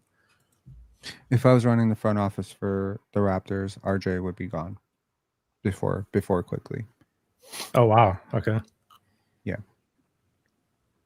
Because I would feel very comfortable that if I was running the front office, I would walk into the locker room immediately and say the next time I see you ball hog a possession, I'm assigning you to the Raptors 905. Yeah, on the live you did the other night, and you were like, everyone was saying how, wow, Ingram and RJ have such good plus minus score when they're on together. Blah, blah, blah. I agree. And they have negative value when they're on the court together. And they both have the same issue of just hogging it and driving and not kicking it out once they get those like triple team possessions on them or double team. RJ doesn't get triple teamed. If RJ got triple teamed, he'd be a very valuable player. He doesn't get triple teamed. He gets doubled, and then it's a soft double at best. And it's only because teams know that he can't deal with it. Like, here's the thing. I mentioned this in the previous live as well. People way focus on how much attention a player gets. They don't realize how much attention a player gets is always a scheme. I double you specifically because you're a bad ball handler in the backcourt. That doesn't mean you're an amazing player. I remember every time there was this dude that we played. I don't remember his name exactly now. We played him in high school. We knew that he had a really weak handle going left. We blitzed the shit out of him in the backcourt because we knew he wasn't a good passer, that he just didn't know how to go left. So we forced him left, and then we picked the ball off every time. We hawked him. And to some point, he just got off the ball and he didn't want to bring it up anymore. He was a really good shooter. He just wasn't a good ball handler. They put the ball in his hands because he was the only guy who could dribble the ball, but he couldn't dribble it well enough. They had their center bringing up the ball sometimes to get off of him. My point is, we didn't double him because he was good. We doubled him because he didn't know how to handle the pressure. So if RJ Barrett meets, length at the rim, it's because people understand that an open layup for RJ is a good thing. But often when teams overstress on him, it's because they know he can't finish through contact. They know he can't finish over a double team. They know he can't finish over length. So very often, it's just going to be, and they also know that he's assertive enough that he's going to keep going. He's not going to pass, right? In very many cases, he's just going to barrel his ass to the rim. So it's good to be aggressive and assertive, but it's also good to understand there are other players on this team that do a lot of the same stuff. Scotty's production has been mega up since RJ's been out. But the Raptors have been losing, so people say, well, RJ missed 8 games or 7 games, and the Raptors have lost a lot of games, so RJ Barrett is a clear solution. And if RJ Barrett comes back, and I think there's supposed to be a news report tomorrow around RJ Barrett potentially coming back against the Knicks, if the Raptors win against the Knicks on Tuesday, people will say, see, look. But I promise you, it won't just be RJ Barrett. Right? It won't just be RJ Barrett. And the correlation and causation element of this is just how Quickley and Ingram are willing to let the offense flow with RJ versus without RJ. They hog it when he's not on the court. They won't hog it. They allow him to flourish when he's on the court. And if they were to extend the same grace to Grady, Ochai, Mamu, etc., here's a hot take. I think Sandro Mamukelashvili has been better this year than RJ Barrett. They have very similar play styles. I find they're very comparable. That's funny because I don't think anyone else would see that, but they do. They actually have very similar play styles. Mamu is a better shooter. He is guarded, much heavier, but in terms of attacking in transition, in terms of cutting, he does so much of the same stuff that RJ does. And by the way, he's bigger. He's a better rebounder. He's probably a mildly worse passer, but he's not that much worse. So he does a lot of the same stuff that RJ does. In a lot of ways, he's like a more efficient RJ Barrett. And so if you were to start him and move Scotty to the 3, move Ingram to the 2, or Ingram to the 3, Scotty to the 2, Quickley to the 1, but specifically with the goal of all of our offense will be initiated through Scotty at the point and Ingram at the point forward, then Mamu plus Jakob plus Sandro should result in one of the best starting lineups in the league.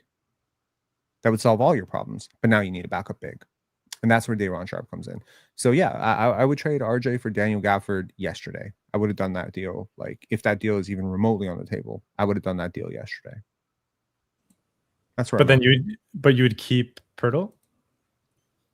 You can't trade Pirtle, man. No one's trading for this guy. Yeah, nobody wants Pirtle. Yeah. I was thinking about a trade of Pirtle plus RJ to the Bucks for Kuzma and Turner, because we one of their bad contracts plus Turner.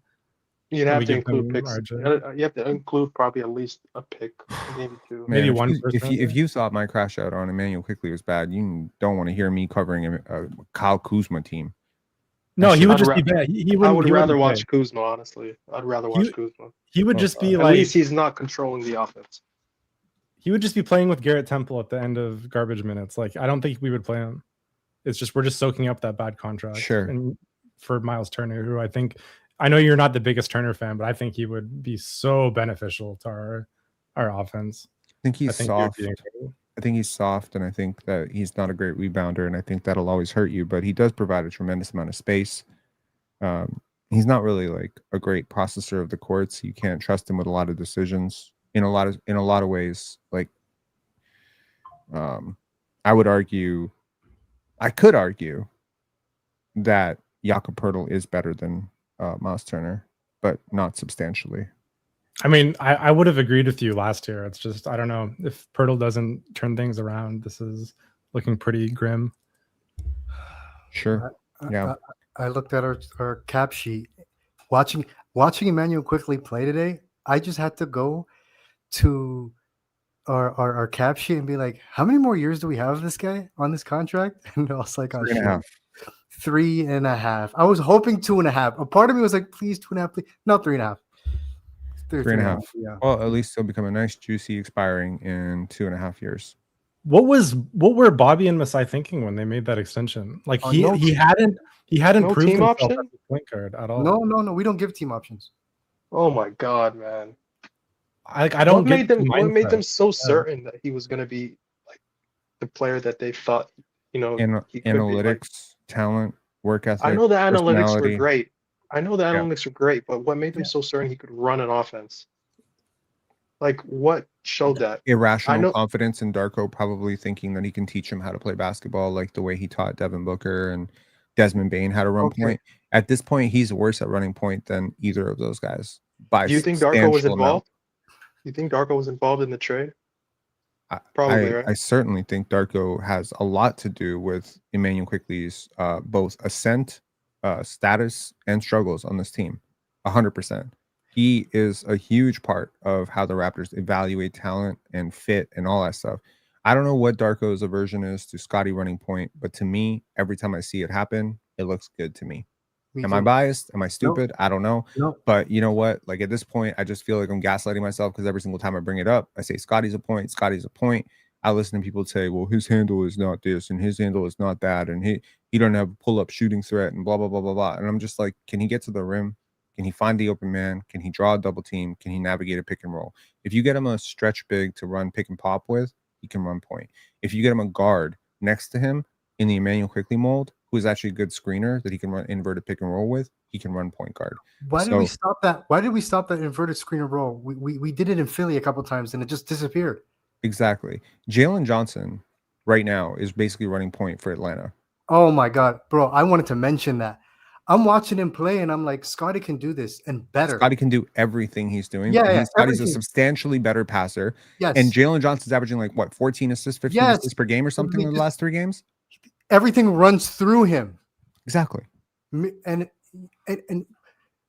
the stuff you just said made me think the issue is twofold. It's Immanuel Quickley's irrational confidence and his ego. And on the flip side, it's Darko's self-confidence, irrational confidence, ego that I can build another guy. Not this guy, though. Yeah. No one's good enough to make this guy a point guard because he's not. So it's like, I'm going to make it work. And Quickley's like, I'm good enough to make it work. And Darko's like, I'm good enough of a coach and good enough of a teacher to teach him and make it work. It's not happening. Like everything points to him being a shooting guard. When they do the shed IQ minutes, it just works better. Like and the reason why I know this guy is his IQ, no pun intended, is low. When he makes mistakes, it's not an immediate my bad. He's just dumbfounded, looking for answers, just almost kind of looking for someone to blame. And it's like, dude, just point to your chest and say my bad. Facts. You really should. Like at that point, you're like that turnover when he had that 5-second violation. Look at his face. He's in shock. I don't know why he's in shock. Yeah, that would have pissed me off. Rob, what are your friends saying about him? The ones that were like confident that he's going to make a bounce back, and they're like, "Yeah, this is just a little slump." You were saying like near the beginning of the season that you had friends who were really high on Quickley, and they're saying that he was going to pop up. I think I've been high on Quickley too. Like I know that he is somebody who is. I don't think I said I had friends who were high on Quickley. I mean, I've talked to scouts about him, but I don't think I have friends who are high on Quickley necessarily. I was the one saying that he's going to turn around his season, and he did turn around his season. He's shooting way better. He's not as bad a shooter as he showed in the beginning of the first 8 games, 7 games. I mean, he shot much better. I just think there's limitations to him making decisions in rapid succession. And honestly, a part of Quickley's problem is he really doesn't see where the advantages are. And there's no single possession in any NBA game that's exactly identical to a previous one, right? So in all situations, this offense, specifically this one, is going to expose poor decision makers. And that's why Chris Boucher can't play here. That's why Precious Achiuwa was out. That's why OG Anunoby could potentially, in theory, be struggling. You can't have an offense that is like Spurs style offense where you have low IQ basketball players. Can't.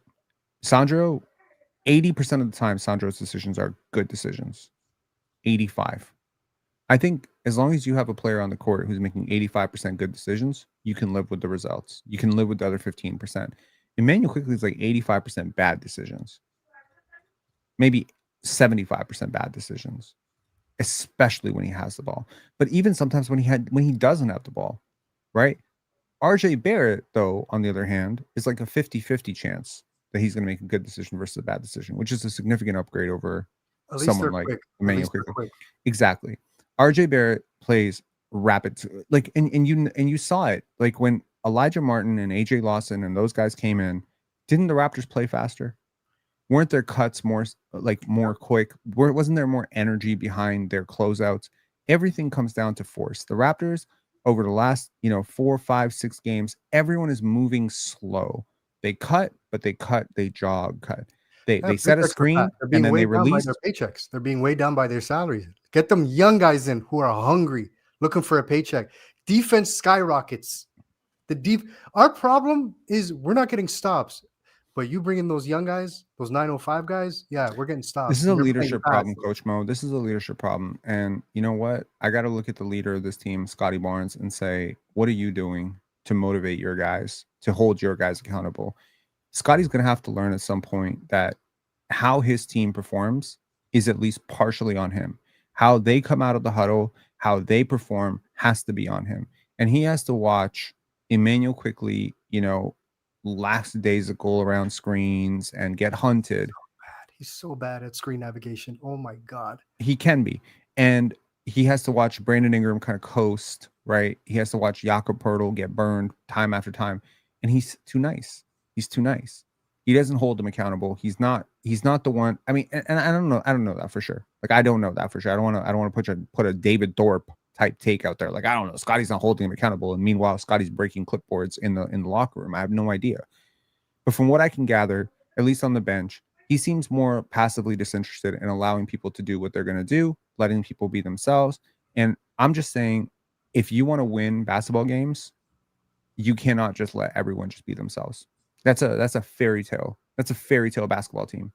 Reality says leaders must hold others accountable, hold themselves accountable first and foremost. So you can't be telling me to play defense if you're not playing defense. But if you're playing defense and I'm not playing defense, you got to chew me out. You got to demand I be benched. You got to hold me accountable. I don't care if you fucking call me out in front of everybody. That's going to set a message that we don't play like this. There's nobody who demands a consistent level of excellence from this team on a night-to-night basis. Not Darko doing it, not Brandon Ingram definitely not doing it. Immanuel Quickley definitely not doing it. RJ Barrett definitely not doing it. There's nobody who just grabs the troops by the balls and says, this is not us. We don't have a single personality as strong or as, insane as Joe Mazzulla. You know what I mean? Joe Mazzulla is crazy. I was going to say, like, who's that person for the Celtics? And I was thinking it's probably Mazzulla. It is Mazzulla. It's definitely not Jaylen Brown. I can guarantee you that Joe Mazzulla went to the timeout huddle and probably said some fucking bullshit to them. Like when they went on that little run, when Immanuel Quickley, he's probably just like, guys, listen to me. I want you to drink their blood. And people just looking around and like, is this guy fucking crazy? He probably said it. But you know what? You know why? Like, it's important to have like someone that's not Garrett Temple, someone that's probably like a Kyle Lowry or Chris Paul, so he could teach Scotty like that. It's on you, man. Like when the team comes out flat on a afternoon's Sunday game in the first quarter, like it's on you. Like you have to like get these guys ready. It's on you. But it can't be Garrett Temple, bro. That's what leadership is. Like somebody has to tell him. Right.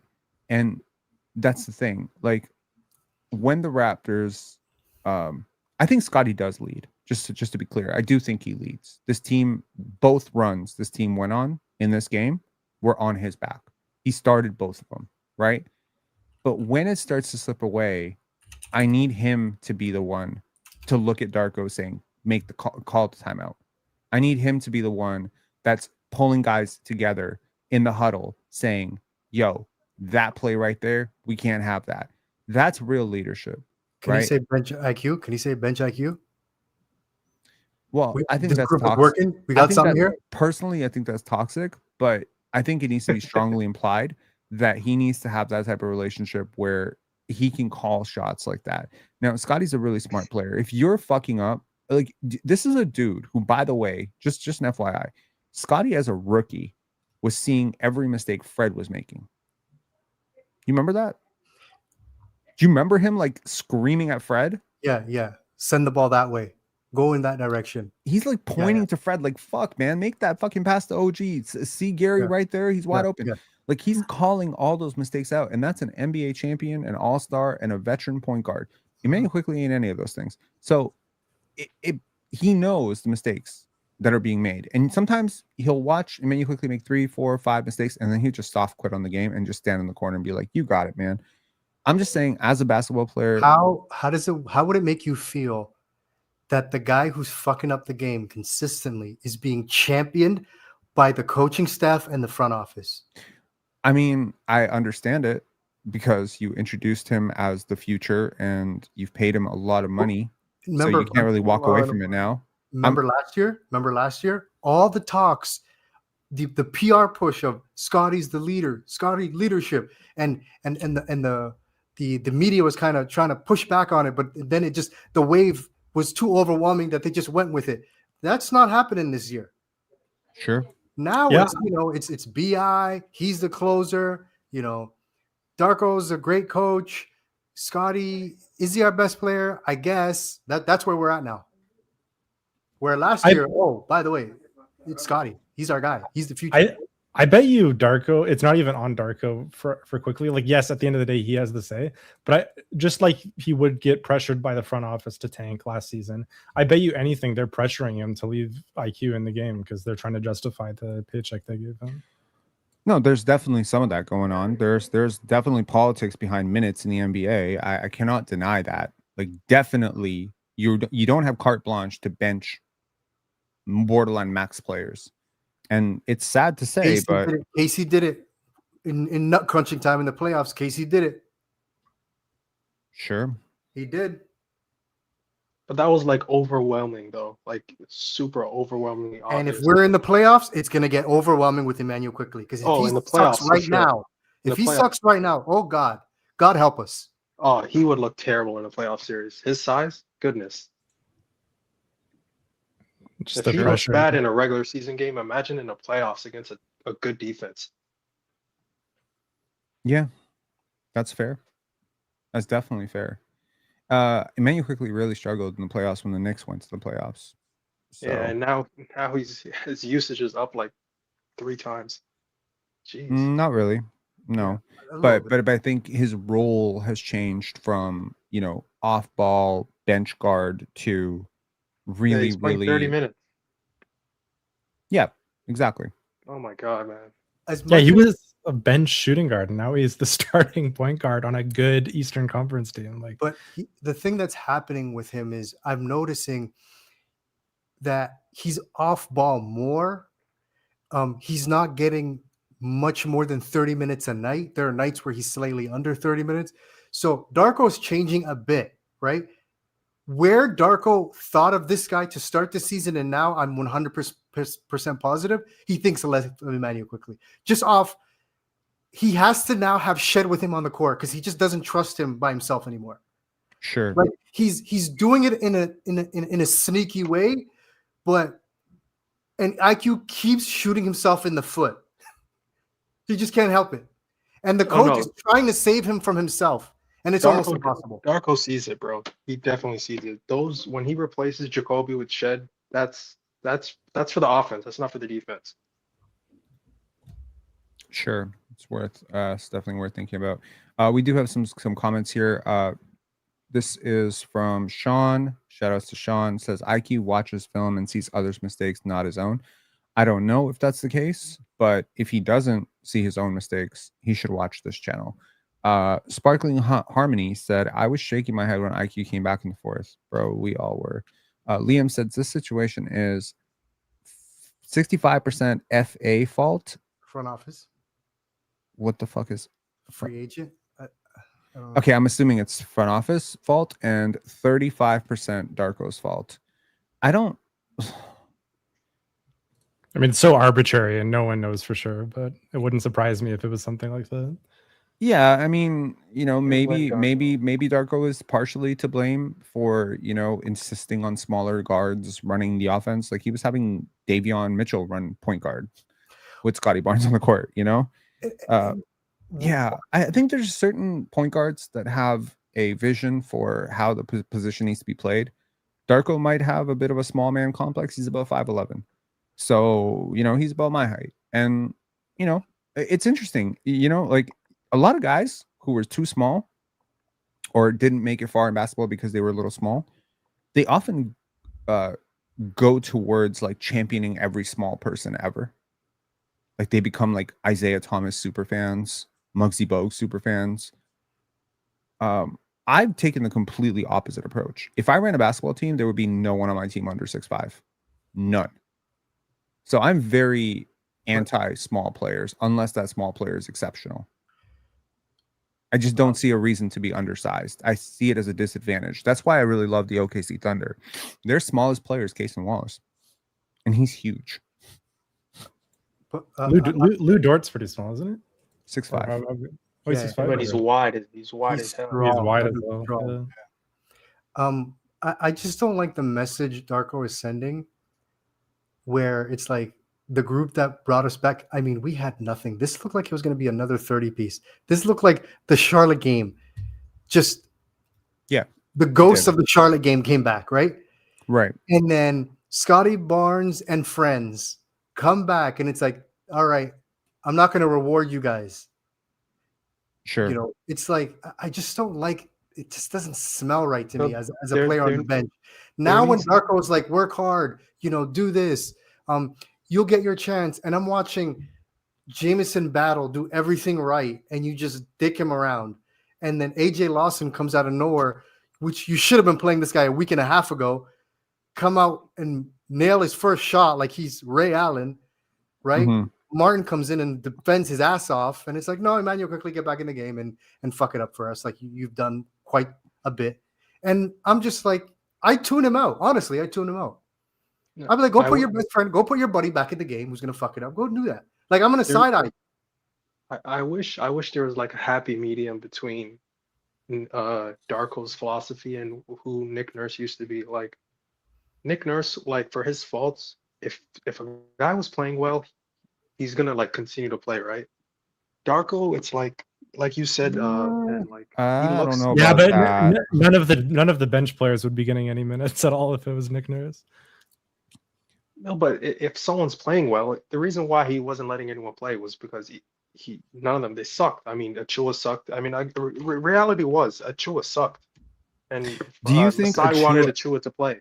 I don't think Achua would have sucked so badly if he had been developed by Darko. I think he sucked precisely because he was playing for a coach who really didn't believe in him very much. I disagree with that. I think he was looking over his shoulder every time. I think Achua was bad. No, I'm not disagreeing Achua's bad. Achua's definitely bad. I'm saying he would have been a different level of better had he played under Darko, in my opinion. I think so, 100%. You're already shaky and you're scared what the coach might do if you make a mistake. How is that going to work out for you? I agree. At least play free. At least you're a suspect NBA player, but at least you're playing free. Suspect NBA player is funny.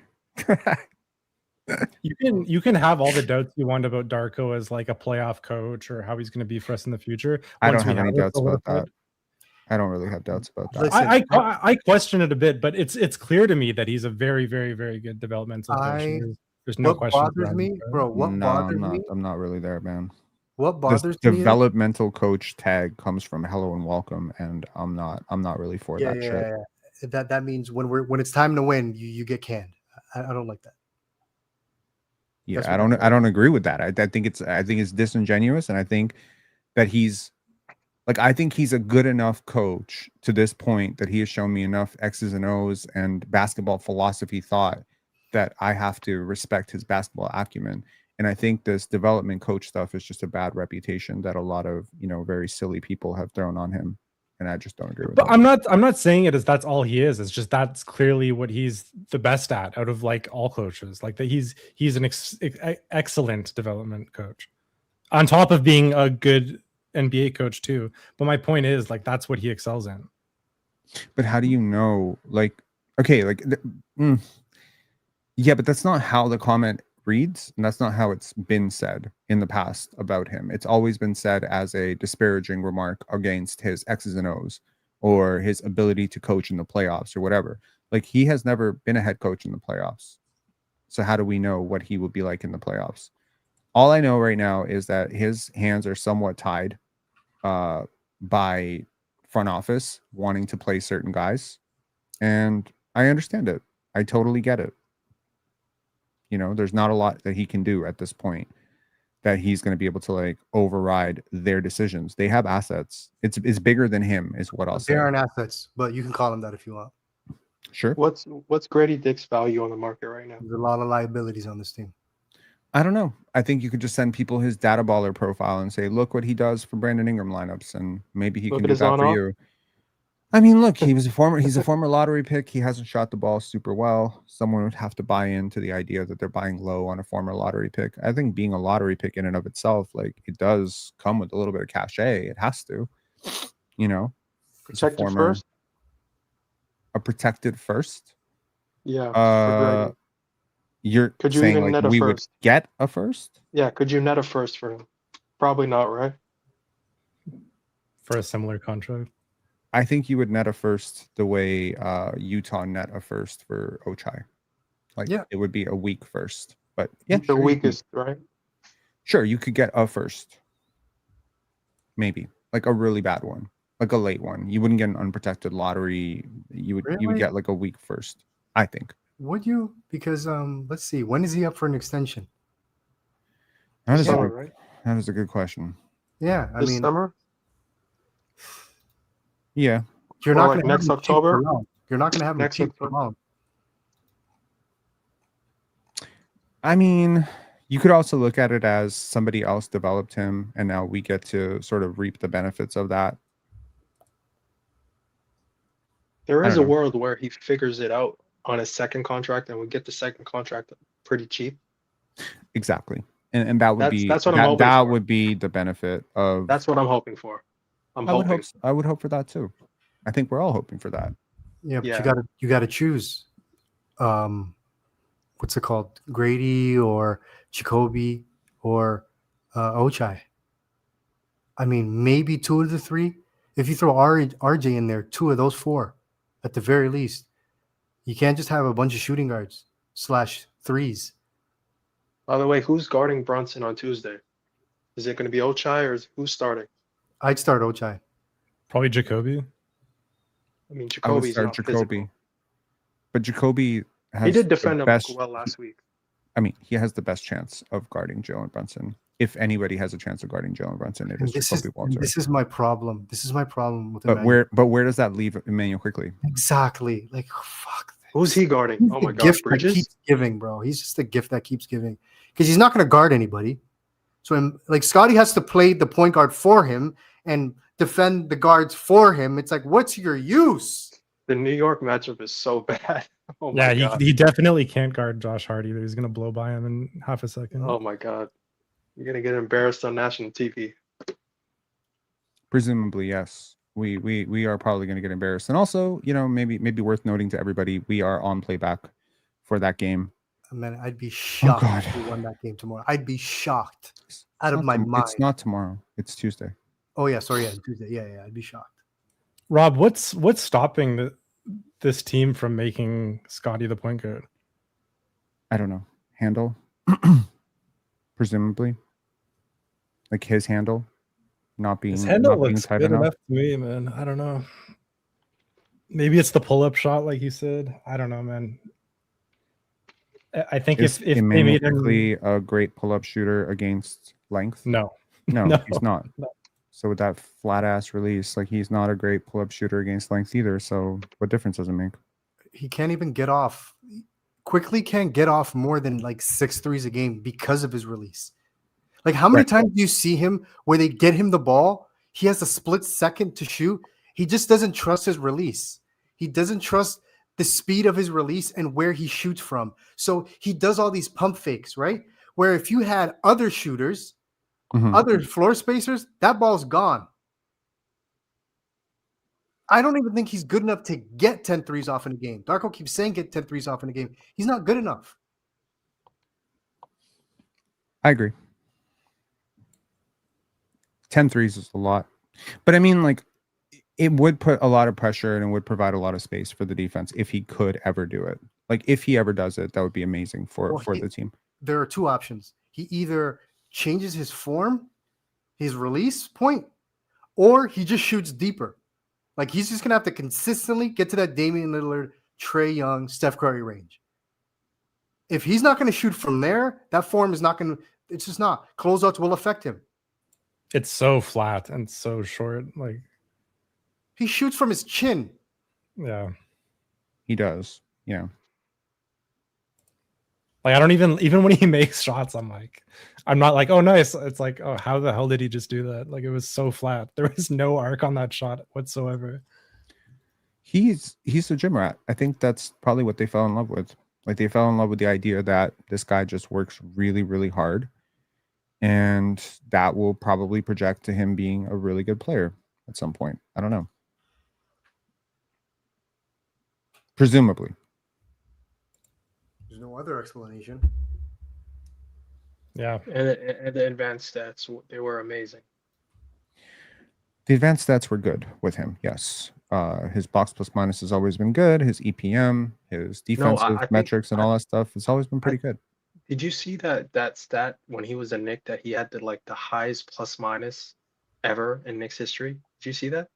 Yeah, the plus minus is irrelevant because he played with It's the irrelevant, but still, if it's the highest ever in Knicks history, that's pretty insane. Remember that one Knicks team that had the bench was better than the starters? That what was that, like 2022 or something like that? That one year. Mm-hmm.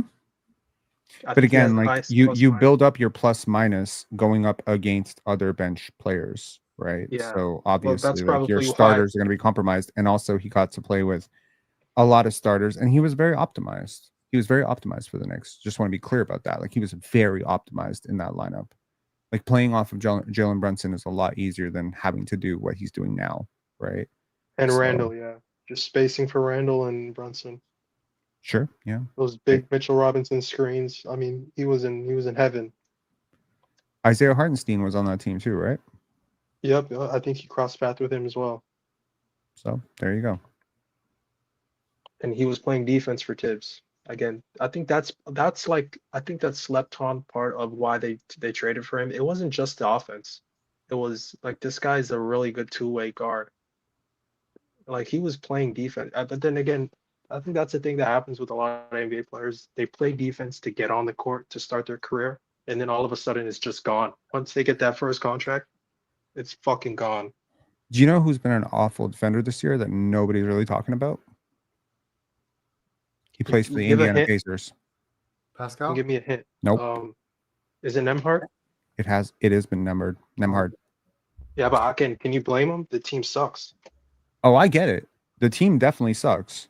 But I'm saying, like, we're talking about a guy who is getting praise as potentially an all defensive type of centerpiece for them. Great, whatever. And man, he's been awful. Like, really, really awful. The analytics hate his defense this year. What's his contract, by the way? Andrew Nembhard, I want to say somewhere between $15 and $18 million. I remembered. How much would a swap cost? With Quickley and Nembhard? Oh my God, you're not getting that. Yeah, that's not happening. Yeah, you're adding picks and picks and picks on that. I remember in the playoffs last year, Rob, when everyone was hyping up his defense, you were still like kind of questioning it. You're like, Nembhard? Yeah. You were seeing holes in it and maybe predicting what it wouldn't be. He's probably not trying. I feel like in the playoffs he was really, really good. I have just seen a lot of bad Andrew Nembhard defense as well. So I'm just like, you got to show it to me for a little bit longer than a couple of games for me to really buy into you long term as a great defender. But yeah, he's been he has not been good this year at all. At all. Yeah. I thought you were gonna say like Paolo or something. On the Pacers? No. Before you said Pacers. No, Paolo has been abysmal defensively for most of his career. So that's a totally different situation. The fact that they just keep winning without him, like they're just better.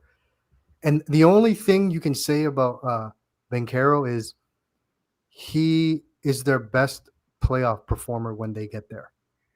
Like he's their best playoff shooter. I mean, he played great that 1 year they were in there. Like I think the 2 years they were there. Shot great. I'm going to keep saying that. He shot great. He didn't play great. He shot great because he still has his defensive issues. He's still like whatever. Like I think, some guys just, it's shooting variance sometimes. Some guys. It's like a 10-game sample though. It's not that much.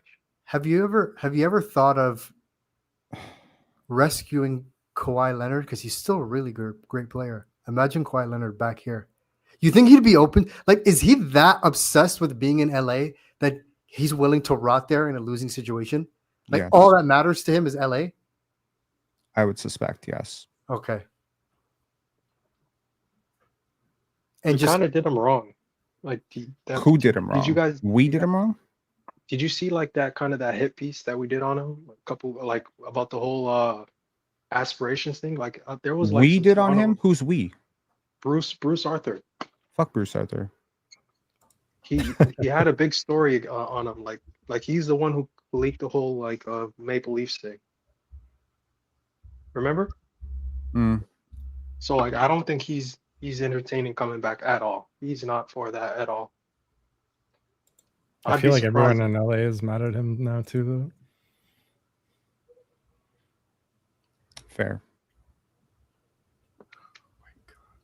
Fair. Anyways, man, y'all got any final things to say? We want to wrap this up at the 2-hour mark. They got my hopes up, bro. They really did. That comeback was great. It was fun to watch, but I was like, these guys aren't going to finish the game. This defense isn't going to finish the game. Scotty being everybody, looking to Scotty to create plays with the unit he was on the court with. That's not going to end the game. But man, it was fun to watch. Did someone say Franz is out for the season? I saw he had a bad knee injury, but I thought they were evaluating it still. I don't think there was anything. When did that happen? He got injured this year. He got injured today. You guys didn't see that? Yeah, no, during the I saw that he got injured and he left the court. But what the fuck are we talking about? Out He's for on the crutches season? right now. He's on no. It hasn't been confirmed yet. I think the person he needed help to get to the locker room. The MRI. I think they're doing it back in Orlando. Yeah, he's on crutches. Well, it's bad, pretty bad. If Paolo comes back and they suck again, oof. Yeah. I mean, it's already out. The jury, it's already over. Like, it's pretty clear Franz is better. Everyone knows that now. Well, we'll see. We'll see what the Magic look like with Paolo. Should be interesting. I think their NBA Cup chances just went from bad to impossible. So that's interesting. But yeah. So we're gonna wrap this up, but I'm interested to see if Darko treats that play-in game, that knockout stage on Tuesday, if he's tighter on the rotations. Because, like, yeah, you can Grady Dick's playing bad, sit on the bench. Jacoby Walter, you're playing bad, sit on the bench. CMB, you're playing bad, sit on the bench. Yeah, cool. That's easy to do. Mm-hmm. We'll see how badly you want this game, bro. Do you guys think Grady touches the court? Yeah, we already asked that question. I don't think so. But yeah, I mean, I know he'll play because it's experience and whatever, but I don't think he should. Experience. Yeah. Anyways, man, I'll talk to y'all later. Thanks a lot for calling in. Appreciate y'all as always. Later. Peace. All right, man. Okay. The post games are out, but honestly, I'm gonna be honest, I don't really want to listen to what they have to say about tonight's game because I know I'm not going to hear the truth. And the truth is, we should have stuck with the bench unit. We didn't stick with the bench unit, and that's what it is. Give this video a like. If you're thinking about liking this video, costs you nothing, helps us out, helps get the video out to more people. Apologize for crashing out on Immanuel Quickley, but it is very frustrating to watch a player literally chokehold an offense and hold it hostage. Sucks. All right. Talk to y'all later. Peace.